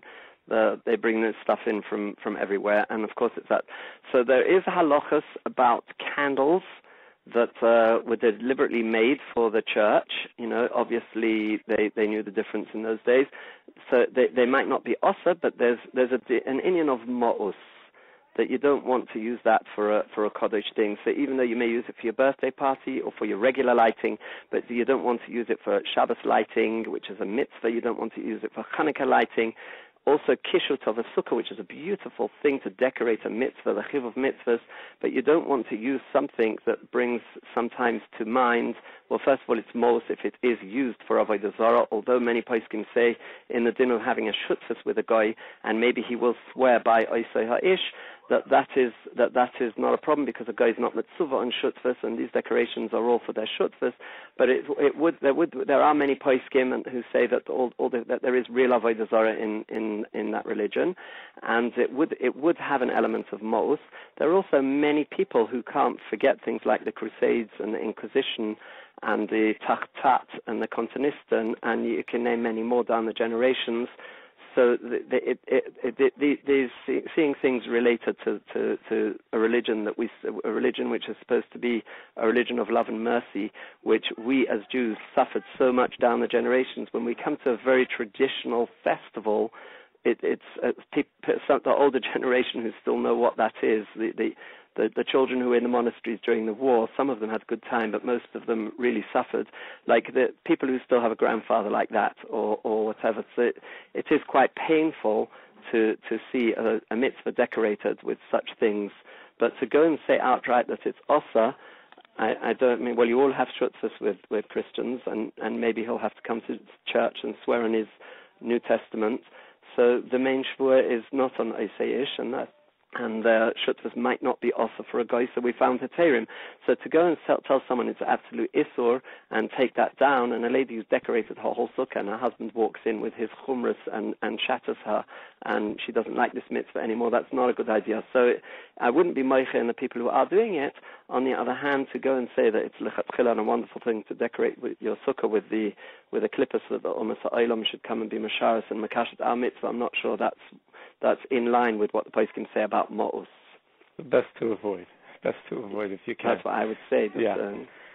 Okay, I just maybe I'll ask you just one more sukkah question. It looks like we're not going to have time to get to everything else, but you were talking before about that which is a Beferish Gemara, Paskin din Shulchan Aruch, and that's how we Paskin Halacha. So there's a Beferish Gemara that on Shmini Atzeres, Yesuve Yasvinan, Bruche Lo Mevarchinan, it's Paskin din Shulchan Aruch, and there's a huge segment of Klal Yisrael. I would even suggest a growing segment of Klal Yisrael, not just because Hasidim are growing, but more people are becoming Hasidim, at least Legabe this Inyan, that don't sit in Sukkah on Shmini Atzeres or have some sort of adjustment in terms of how they sit, just Kiddush in the Sukkah or something like that. Any thoughts on how to justify that? So again, we can't machavek minhagim of huge parts of Klal Yisrael. I remember my father was born and many tzaddikim u'kadoshim, of course, as well. And they're not all amaratzim, and they're medaklik b'halacha. The Hasid Shawal is not amaratzim anymore. They all have their yeshivas and kailalim, and they're steiging away together with the rest of Klal Yisrael and this affluent generation of intellectual affluence too. Yeah, so my father Shlita was born in Gateshead. His father was born in Gateshead about 120 years ago. Very funny. Gateshead would dance the Hakofas by night on Shmini Atzeres. They would also say Hallel on Pesach night. They had to make psharas between the Hasidim and the Litvisha. So this is what they did. So they said Hallel with a bracha on first night of Pesach. Or on first night, probably. Yeah, I'm here in Eretz Yisrael, so for about 30 years I haven't actually been any part of the Yom Tov Sheni. So obviously it's you have to forgetting has set in. There were Hasidim who made Kiddush in the Sukkah and had Moitzi for Kiddush b'Makom Suda and then went and ate the whole meal in the house. Mm-hmm. There were Hasidim, even though they were makpidim in a glass of water, the whole Sukkah's through in the Sukkah, but on Shmini Atzeres were not makpid. So it is understandable, even though Yesuvi Yasvinon, it is understandable that, for anything less than a kibetz to pass, many people would be mako.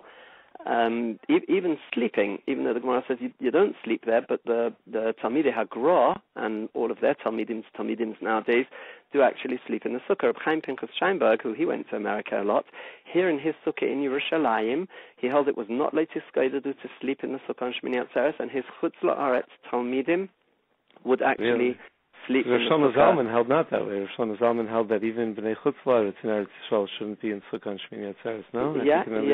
So this is, I'm just telling you, Rav Steinberg in Rechov Sorotsky in Ponim Eiros, his Talmidim slept in the yeshiva Sukkah because he held like the Gra, and they would even sleep in the Sukkah on Shmini Atzeres here in Yerushalayim.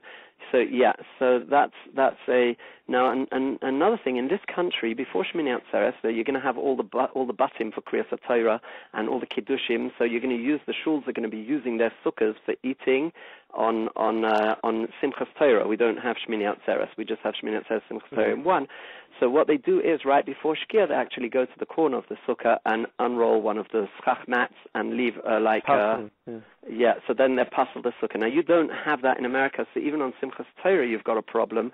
What are we going to do if the shul wants to make a kiddush in the sukkah?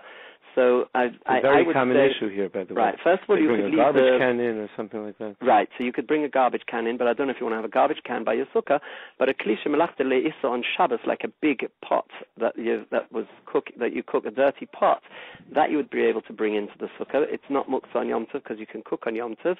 So you could bring a garbage can or you could bring something in. Yeah, it would be better to actually puzzle the schach if you could put the dach down, if you have a rain roof on top of your schach, or unroll a plastic. And if there's a tefach between the schach and the plastic, unroll a tefach from Erev Yom Tov. And just to be clear for the listeners, I mean the concern over here is baltosif, that to sim sukkah the day after the mitzvah's over, it's samuch to the mitzvah, so it would be Baltosif. Just to be right. clear, Now, if you're mechaven, if it's Shalobi's money is a big kula in Baltosif, and if you're mechaven not lotzis, it's Baltosif. But in a kehillah thing, you would want to passel the sukkah or bring in a dirty pot which doesn't actually passel the sukkah, or put down the plastic roof which protects it from rain or something, and that would passel the sukkah. That's for Simchas Torah. Shmini Atzeres, I'm not really from Chutz La'aretz, and I would say that everybody should do what their minig is, and you have to when you're in a place, when in Rome, do as the Romans. In other words, there's a perek in Psachim of Mokim Shenagu Al Yeshana Miminig HaMokim Mipnei HaMachleikas. So wherever you are, you should be doing what the local people do. Yeah, and what's most common over here is that there is no minhag hamakom. What you have very often is people come from different backgrounds, and those who come from a Hasidic background, even if they don't wear the full Hasidic garb and the shtreimel and the beksha and everything, but they're the babis and zaydis and everything were Hasidim, they won't sit in Sukkah and Shmini Atzeres, and those who come from more Litvish backgrounds will sit in Sukkah and Shmini Atzeres, or those who are intellectually more Litvish. So but the Shailah then comes up. Thinking, so. But then the Shailah comes up if I sit in Sukkah and Shmini Atzeres, like the Psak and the Shulchan Aruch, and I eat by my neighbor who's Chassid, to what extent? So obviously, this is what we're saying. Al Yeshana Mitnei HaMachleikas. It is if it's mamish osa, then you shouldn't be, you're talking to someone who doesn't know what Yom Tov Sheni is. I traveled to England once on the second day Shavuos, and I waited in the airport for Shkia to take her, not to go through the Frum area in a taxi on Yom Tov. So you're talking here to somebody who's not really in touch. For 30 years I've been out of Chutz La'aretz, and Bimheri Yiboneh, and all of you should come here too. So it boils down to, if somebody has a valid minhag, which is not against the Shulchan Aruch, then do it when he may do like his minhag. And if you're in his place, do like his minhag. If you're in your place, your domain, do as your place. If he's not going to get upset, and he'll be more than happy to have you eating in his sukkah, then you can do that. But if it's going to cause disruption, it's going to cause machloikas, it's going to cause people to get upset, then any risk of making people upset, al yeshana mitnei machloikas. Okay, very good. I wish we had more time to discuss everything, but it's been fantastic, and we appreciate you coming in and spending some time with us. One thing that you mentioned about the expense of Sukkah. Yeah. The expense of an esrog is where Chazal speak about, hidul mitzvah ad shlish, meaning if you bought a small esrog, which may be a shilmat sumtzum and shrink on Yom Tov, you should actually add, whether it's 133% or 150%, you should add a third and buy a bigger esrog, which is the way the Shulchan Aruch is soisem, Rabbi Tam, but Rashi and most poskim, and the way the Vilna Gaon is soisem, is that if you actually see an esrog that's even nicer and you can trade in your first esrog, you should be adding another third. You also see in a big arichas in the halacha about any mitzvah costing up to a fifth of your assets. So that's obviously not the house you're living in, but your cash flow and your free assets. Mm-hmm. So you should really be putting a lot of money out for your Arba Minim or your Sukkah and your Schach. Now, talking about poor people, somebody who's getting a rebate from his school fees. So if it's only his girls' schools, which they're not learning too much Torah, so fine. But if it's from his boys' schools, and the main thing that they're doing there is learning Torah, so he should be realizing that Tzos Bonov LeTalmud Torah, the maybe Bonov Ubenois of Talmud Torah, is Eine Min HaCheshbon, just like Tzos Yom Tov, which are these mitzvahs, is Eine Min HaCheshbon, and he should be putting out money because anyway it's going to come back, and maybe Ad Chomesh Sheben Chosov. But this is a much bigger conversation, because to the extent that he's getting a rebate, it means that he's taking tzedakah. So we're talking, meaning someone's paying that money. So somebody once came over to me in Mir with a shayla and a mezuzah, and I told him that if you're the kind of person who eats out with your wife, once a week or once in 2 weeks, $100 meal, then you should put out $100 for a new mezuzah. But if you're the kind of person who never eats out like that, and you're living on the bread line, bread and milk, so then this mezuzah is fine for you. as he went away, the person sitting next to me said, he's putting out $100 every other night. Yeah. I think by mezuzah grad, the Minchas Chinuch says that because it's a mitzvah that's every second of every day, hamevazes doesn't even apply to a mitzvah like mezuzah. Meaning it's not like Daled Minim in Tavrishin Vav where hamevazes is a one-time mitzvah, but something that's like a constant over and over again. Yes, it's true. Mitzvah veres. Okay, and those are Rabbeinu Tam. If it's rolled up and you don't see it, there's no. Okay, at the end of the day, talking about being mahadar, it's a long conversation. There are people who, like when they get a new kitchen, like we were saying before, when they go on holiday, when they're going to eat a meal, they put out a lot of money and everything has to be tip-top, and then when it gets to school fees, they're asking for a reduction. So if that's how much they're machshiv their children's Talmud Torah, what do you expect of the children? Yeah, I just don't like to be so accusatory of Klal. Yeah. On the other hand, there are a lot of people that really need. There are a lot of people I was going to get to the other side. The Gemara says that you should always be zohir ba'aniyim because mehem teitzei Torah. There are those people who are putting out the lemechza lishlish or revere the school fees as much as they can afford, and their children see that how tough it is, and they're still paying the fees, and they're not going on holidays, and they're not buying fancy things, and they really don't care about gashmis things, and they just don't have enough money for school fees. So those people, when it gets to Arba Minim, also people should realize what the Mishnah Berurah does bring in this Hidur Mitzvah al Shlish and Abchei Mishnah B'Moina. This is the money that you take with you to Olam Haba. So a person should not be being, let's call it mezalzel mitzvahs, be cheap when it gets to doing mitzvahs, and being expensive when it gets to Olam Hazeh. On the other hand, if he just hasn't got, and he has learnt Hilchos Lulav and Esrog, and he really wants to be mahadar, I don't think he needs a $500 Esrog. I think he can get away with a $60, $70 Esrog. I don't know what your price range is over there. Also, here in Eretz Yisrael, on Erev Yom Tov, you could, I usually go to the shuk and get 10 beautiful sets, which would have cost me a few hundred shekel each a few days earlier. So there are different, I don't know if everybody is capable of that, I don't know how it works in Chutzlaret. But at the end of the day, he could look for eitzes to get something muhda, but there is Sefer Hasidim that Birkei Yosef brings in Hilchos Tzedakah, which is brought down by the poskim, that somebody who has debts that he's not able to pay on time should not be, splashing out loads of money on tzedakah. So it would, presumably the Adchei Mishnah ben Chosov, which is a parallel sugya to tzedakah and to mitzvahs or mitzvah veres, as you're saying. So presumably this would be the same over here. If you've got debts, and I see school fees, Hitzas Bonov L'Talmud Torah as a big debt, and although it's both Hitzas Yom Tov and Hitzas Bonov L'Talmud Torah over here, it's all going to come back anyway from HaKadosh Baruch Hu, but somebody who, like Levuah Laiva Ani Efrei, is only if you have a feasible program of how you're going to repay.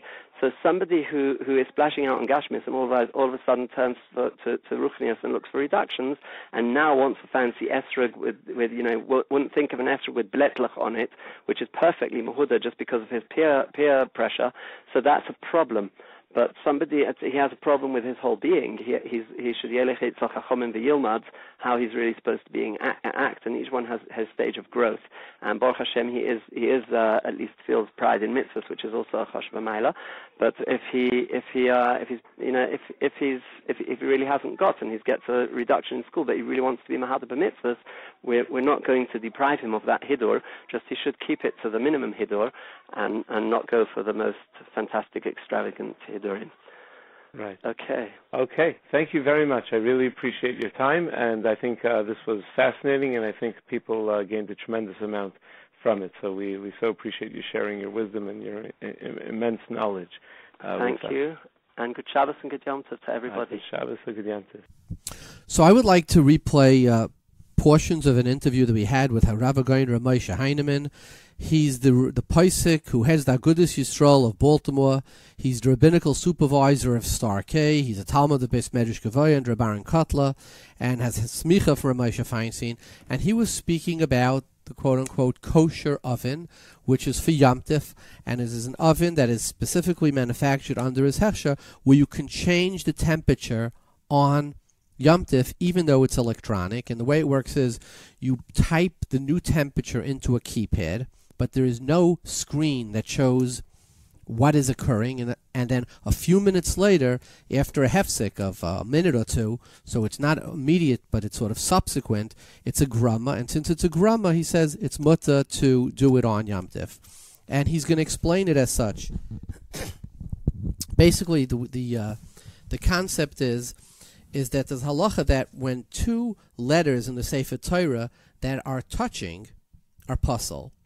But what's the halacha if they're touching, but if you take out like a high-powered magnifying glass, you can look at them and you see that they're not touching.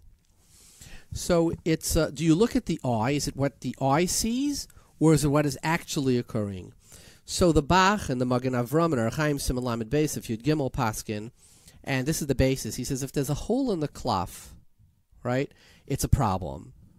But if you could, but if it's not, if you cannot see that there's a hole, and the only way you could check that there's a hole is by actually picking up the parchment to the sunlight, and under the powerful sunlight you could see where it's peeping through, that does not count. You do not hold it up to sunlight, even though the Taz argues, but that seems to be normative halacha. So based on this, the Mishnah Berurah as well as the Aruch HaShulchan say it has to be what you can perceive with your eye. If you need a magnifying glass, that does not count. But the Torah says what looks to you like a letter, that is a letter. So if they look like one letter, the two letters combined, it's not good. If they look like two separate letters, that's what counts. Magnifying glasses don't count. And where do you have a similar concept? You have a similar concept by bugs. We know that bugs are not kosher. We're not supposed to ingest them.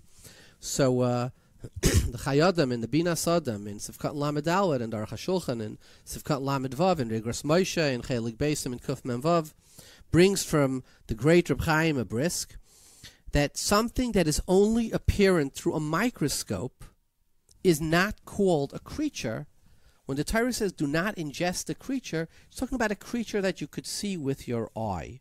A creature that you could not see with your eye is not considered a creature, and therefore you can ingest it. And for example, anybody who has allergies, such as I do, and most of my listeners hear me now and then coughing, know that the concept of dust mites is under a microscope on your pillow. There are trillions of these horrible looking little monsters with multiple legs, numerous, and all kinds of strange, horns and outlets on them, etc. But they don't count. Otherwise, you wouldn't be able to sleep at night because they're crawling into your mouth and your nose. But Reb Chaim says that does not count because what you see under a microscope is not the creature that the Torah asered. And we're going to hear Rabbi Heineman say this, and that's who he's going to be mater his kosher oven. So let's go back to the tape. Well, we look at it the way that it seems to us.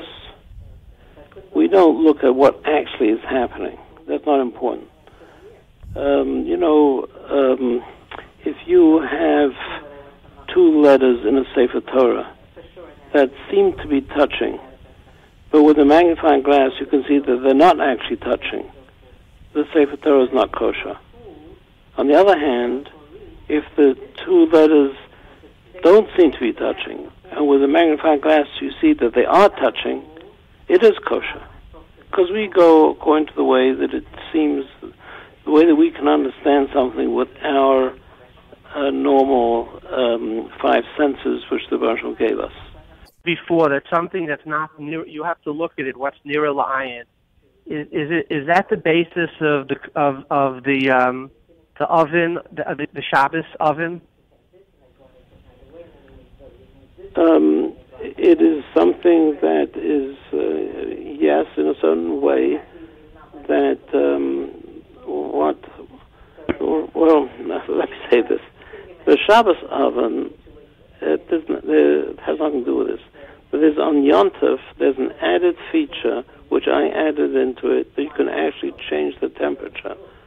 And it works with the groma based on the Mishnah Berurah that groma is mutar on Yom Tov. And the reason why it's not considered you're doing something right away, because really you send a message to the computer, and the computer really tells whatever should happen after 10 seconds or whenever it's going to happen. So that message, since it's not possible for a person with five senses to recognize anything has happened, is not considered you're doing anything right away.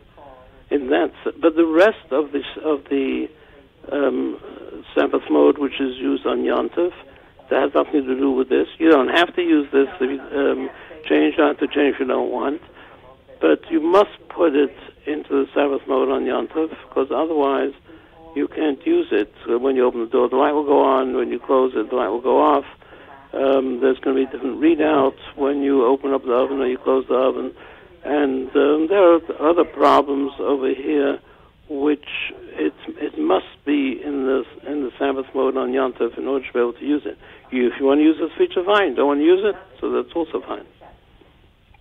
So, Rabbi Heineman, would it be fair? What would be the halacha if somebody would want to type on their computer on Yom Tov, if their screen was off, and the typing would only be would not be seen until after Yom Tov? Would that be mutter? It might be considered tikkun mona. It might be considered that you've made something now that can be used at a later date. But let me tell you something which I believe is very similar, and I spoke, and that is with the water meters. We have water meters in Baltimore. They put in new meters that they don't have to get someone to check the meters, but the meter sends a signal.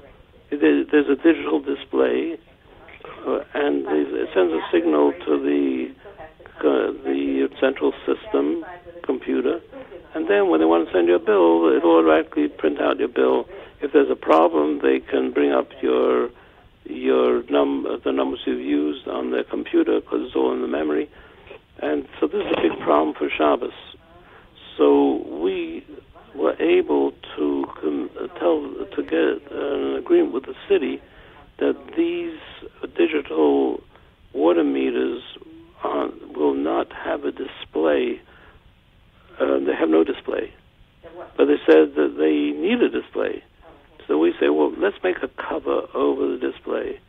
Why they need a display? They need a display because in case there's a problem with it, they have to be able to check out if it's working, if it's not working.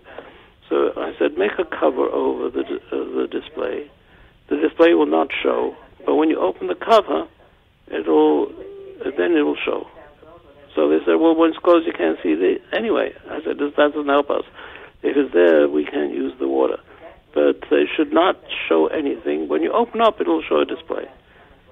So they said they don't order 500,000 meters, so it doesn't really make any difference. And they had no problem to change that. Okay, but there was still a problem that they're sending a message to the computer.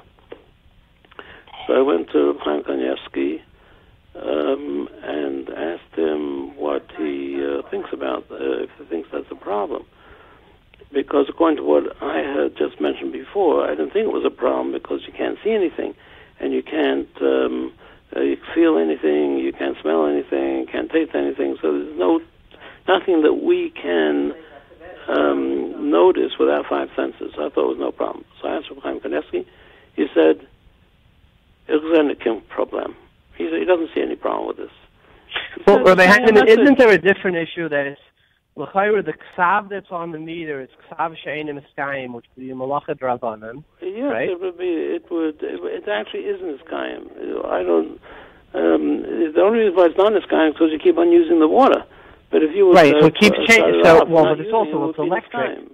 It's well, like do you consider ksav on a computer screen eskayim? On the digital. On the digital water meters, it is eskayim. So if ksav on a computer is eskayim, if I shut off my computer on my over moichik? I'm sorry?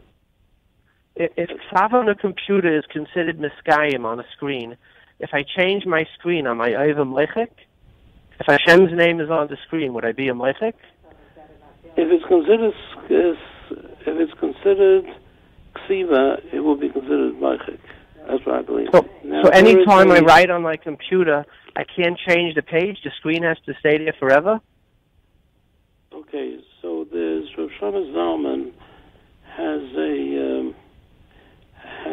a svara to say that the writing on a screen is not really considered writing.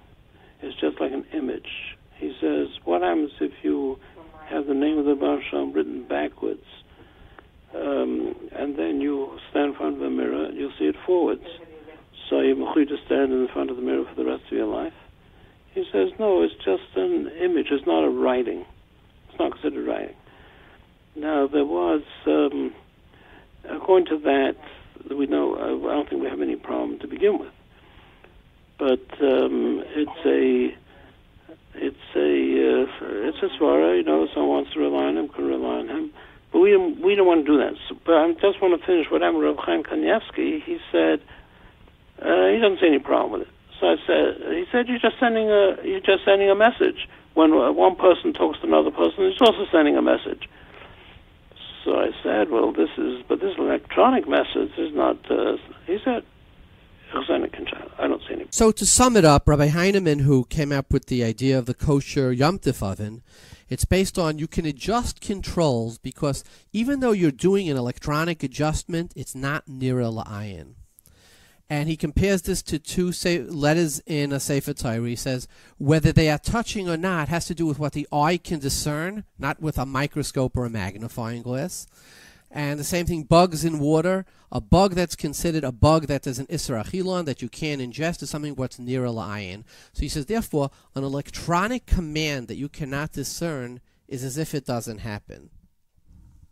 Now, interestingly, I believe it was from Rabbi Mordechai Willig, he wanted to say that DNA would not have halachic significance because you can't see the DNA. Now, the other side of this argument is to say that when does it count our ability to discern something that is contingent on vision? So, for example, letters, what is a letter? What isn't a letter is what reads as a letter. A bug that you could eat or that you can't eat is what is considered a bug? What do we view as a bug? But a malacha on Shabbos that we can see, is the outcome of the malacha have to be seen? I mean, when we make cheese, I guess, is the cheese inside the machine, inside deep in the vat? Is it because we see it changing? Like a lot of our malachas contingent on re'iyah? That is a chiddush that he is saying to compare, or what Rabbi Willig extends it to DNA. I mean, when we identify a body based on DNA, do we have to see with our eyes the DNA to be able to say that this is that body? I mean, is that comparative to a Sefer Torah? And then he compares that to, he says, for the same reason, he says, when you have a water meter, if you cannot see the changing of the water on the dial, if you cannot read the screen because it's covered, he said it would be mutter. And Rabbi Miller of Toronto takes exception with this. I mean, and for example, I don't know if he says this, but could somebody do an Aveira if it's in a dark room where you can't see it? And that's the opinion of the Harav Hagoyin, Rav Moshe Heineman, and he's, Musmach of Rav Moshe Feinstein, and he Rav of Baltimore, and many, hundreds of thousands of people depend on his psak. I just wanted to sort of bring it out in a clear. It was out of a longer interview, so we took out just this point. So let's close out with a little thought on Sukkos. Every day we take the Arba Minim, the four species, and we shake them, we make the bracha. And here's a thought. Sukkos is the time of thanks. We take in, it's the time of the harvest.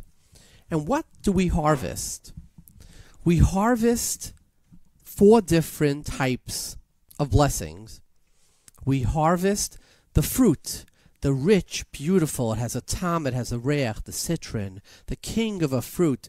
It's delicious, it has a beautiful odor. It's the father of all citrus fruits. Everybody understands what a fruit is, the blessing of a fruit. The lulav is a little more difficult. What's the blessing of the lulav? But when you think of it, the lulav is the palm tree that gives dates. It takes a long time to grow. Sometimes, Ke'erez Balvanon Yeske, it could take 30 years before a tree dates. But you know it's coming. And there are blessings in our lives. You send a kid to yeshiva, to school. It could take years before they become what we want them to be, or what we could of ourselves want to be. And we have no fruit, but we know the fruit slowly, the degree, the shear, the Rosh Hashanah. It's coming, and when that we understand in our heart, we see them prospering, and we're thankful about that. That's a different fruit. It's not here yet, but in the future. There's the hadas that has no fruit.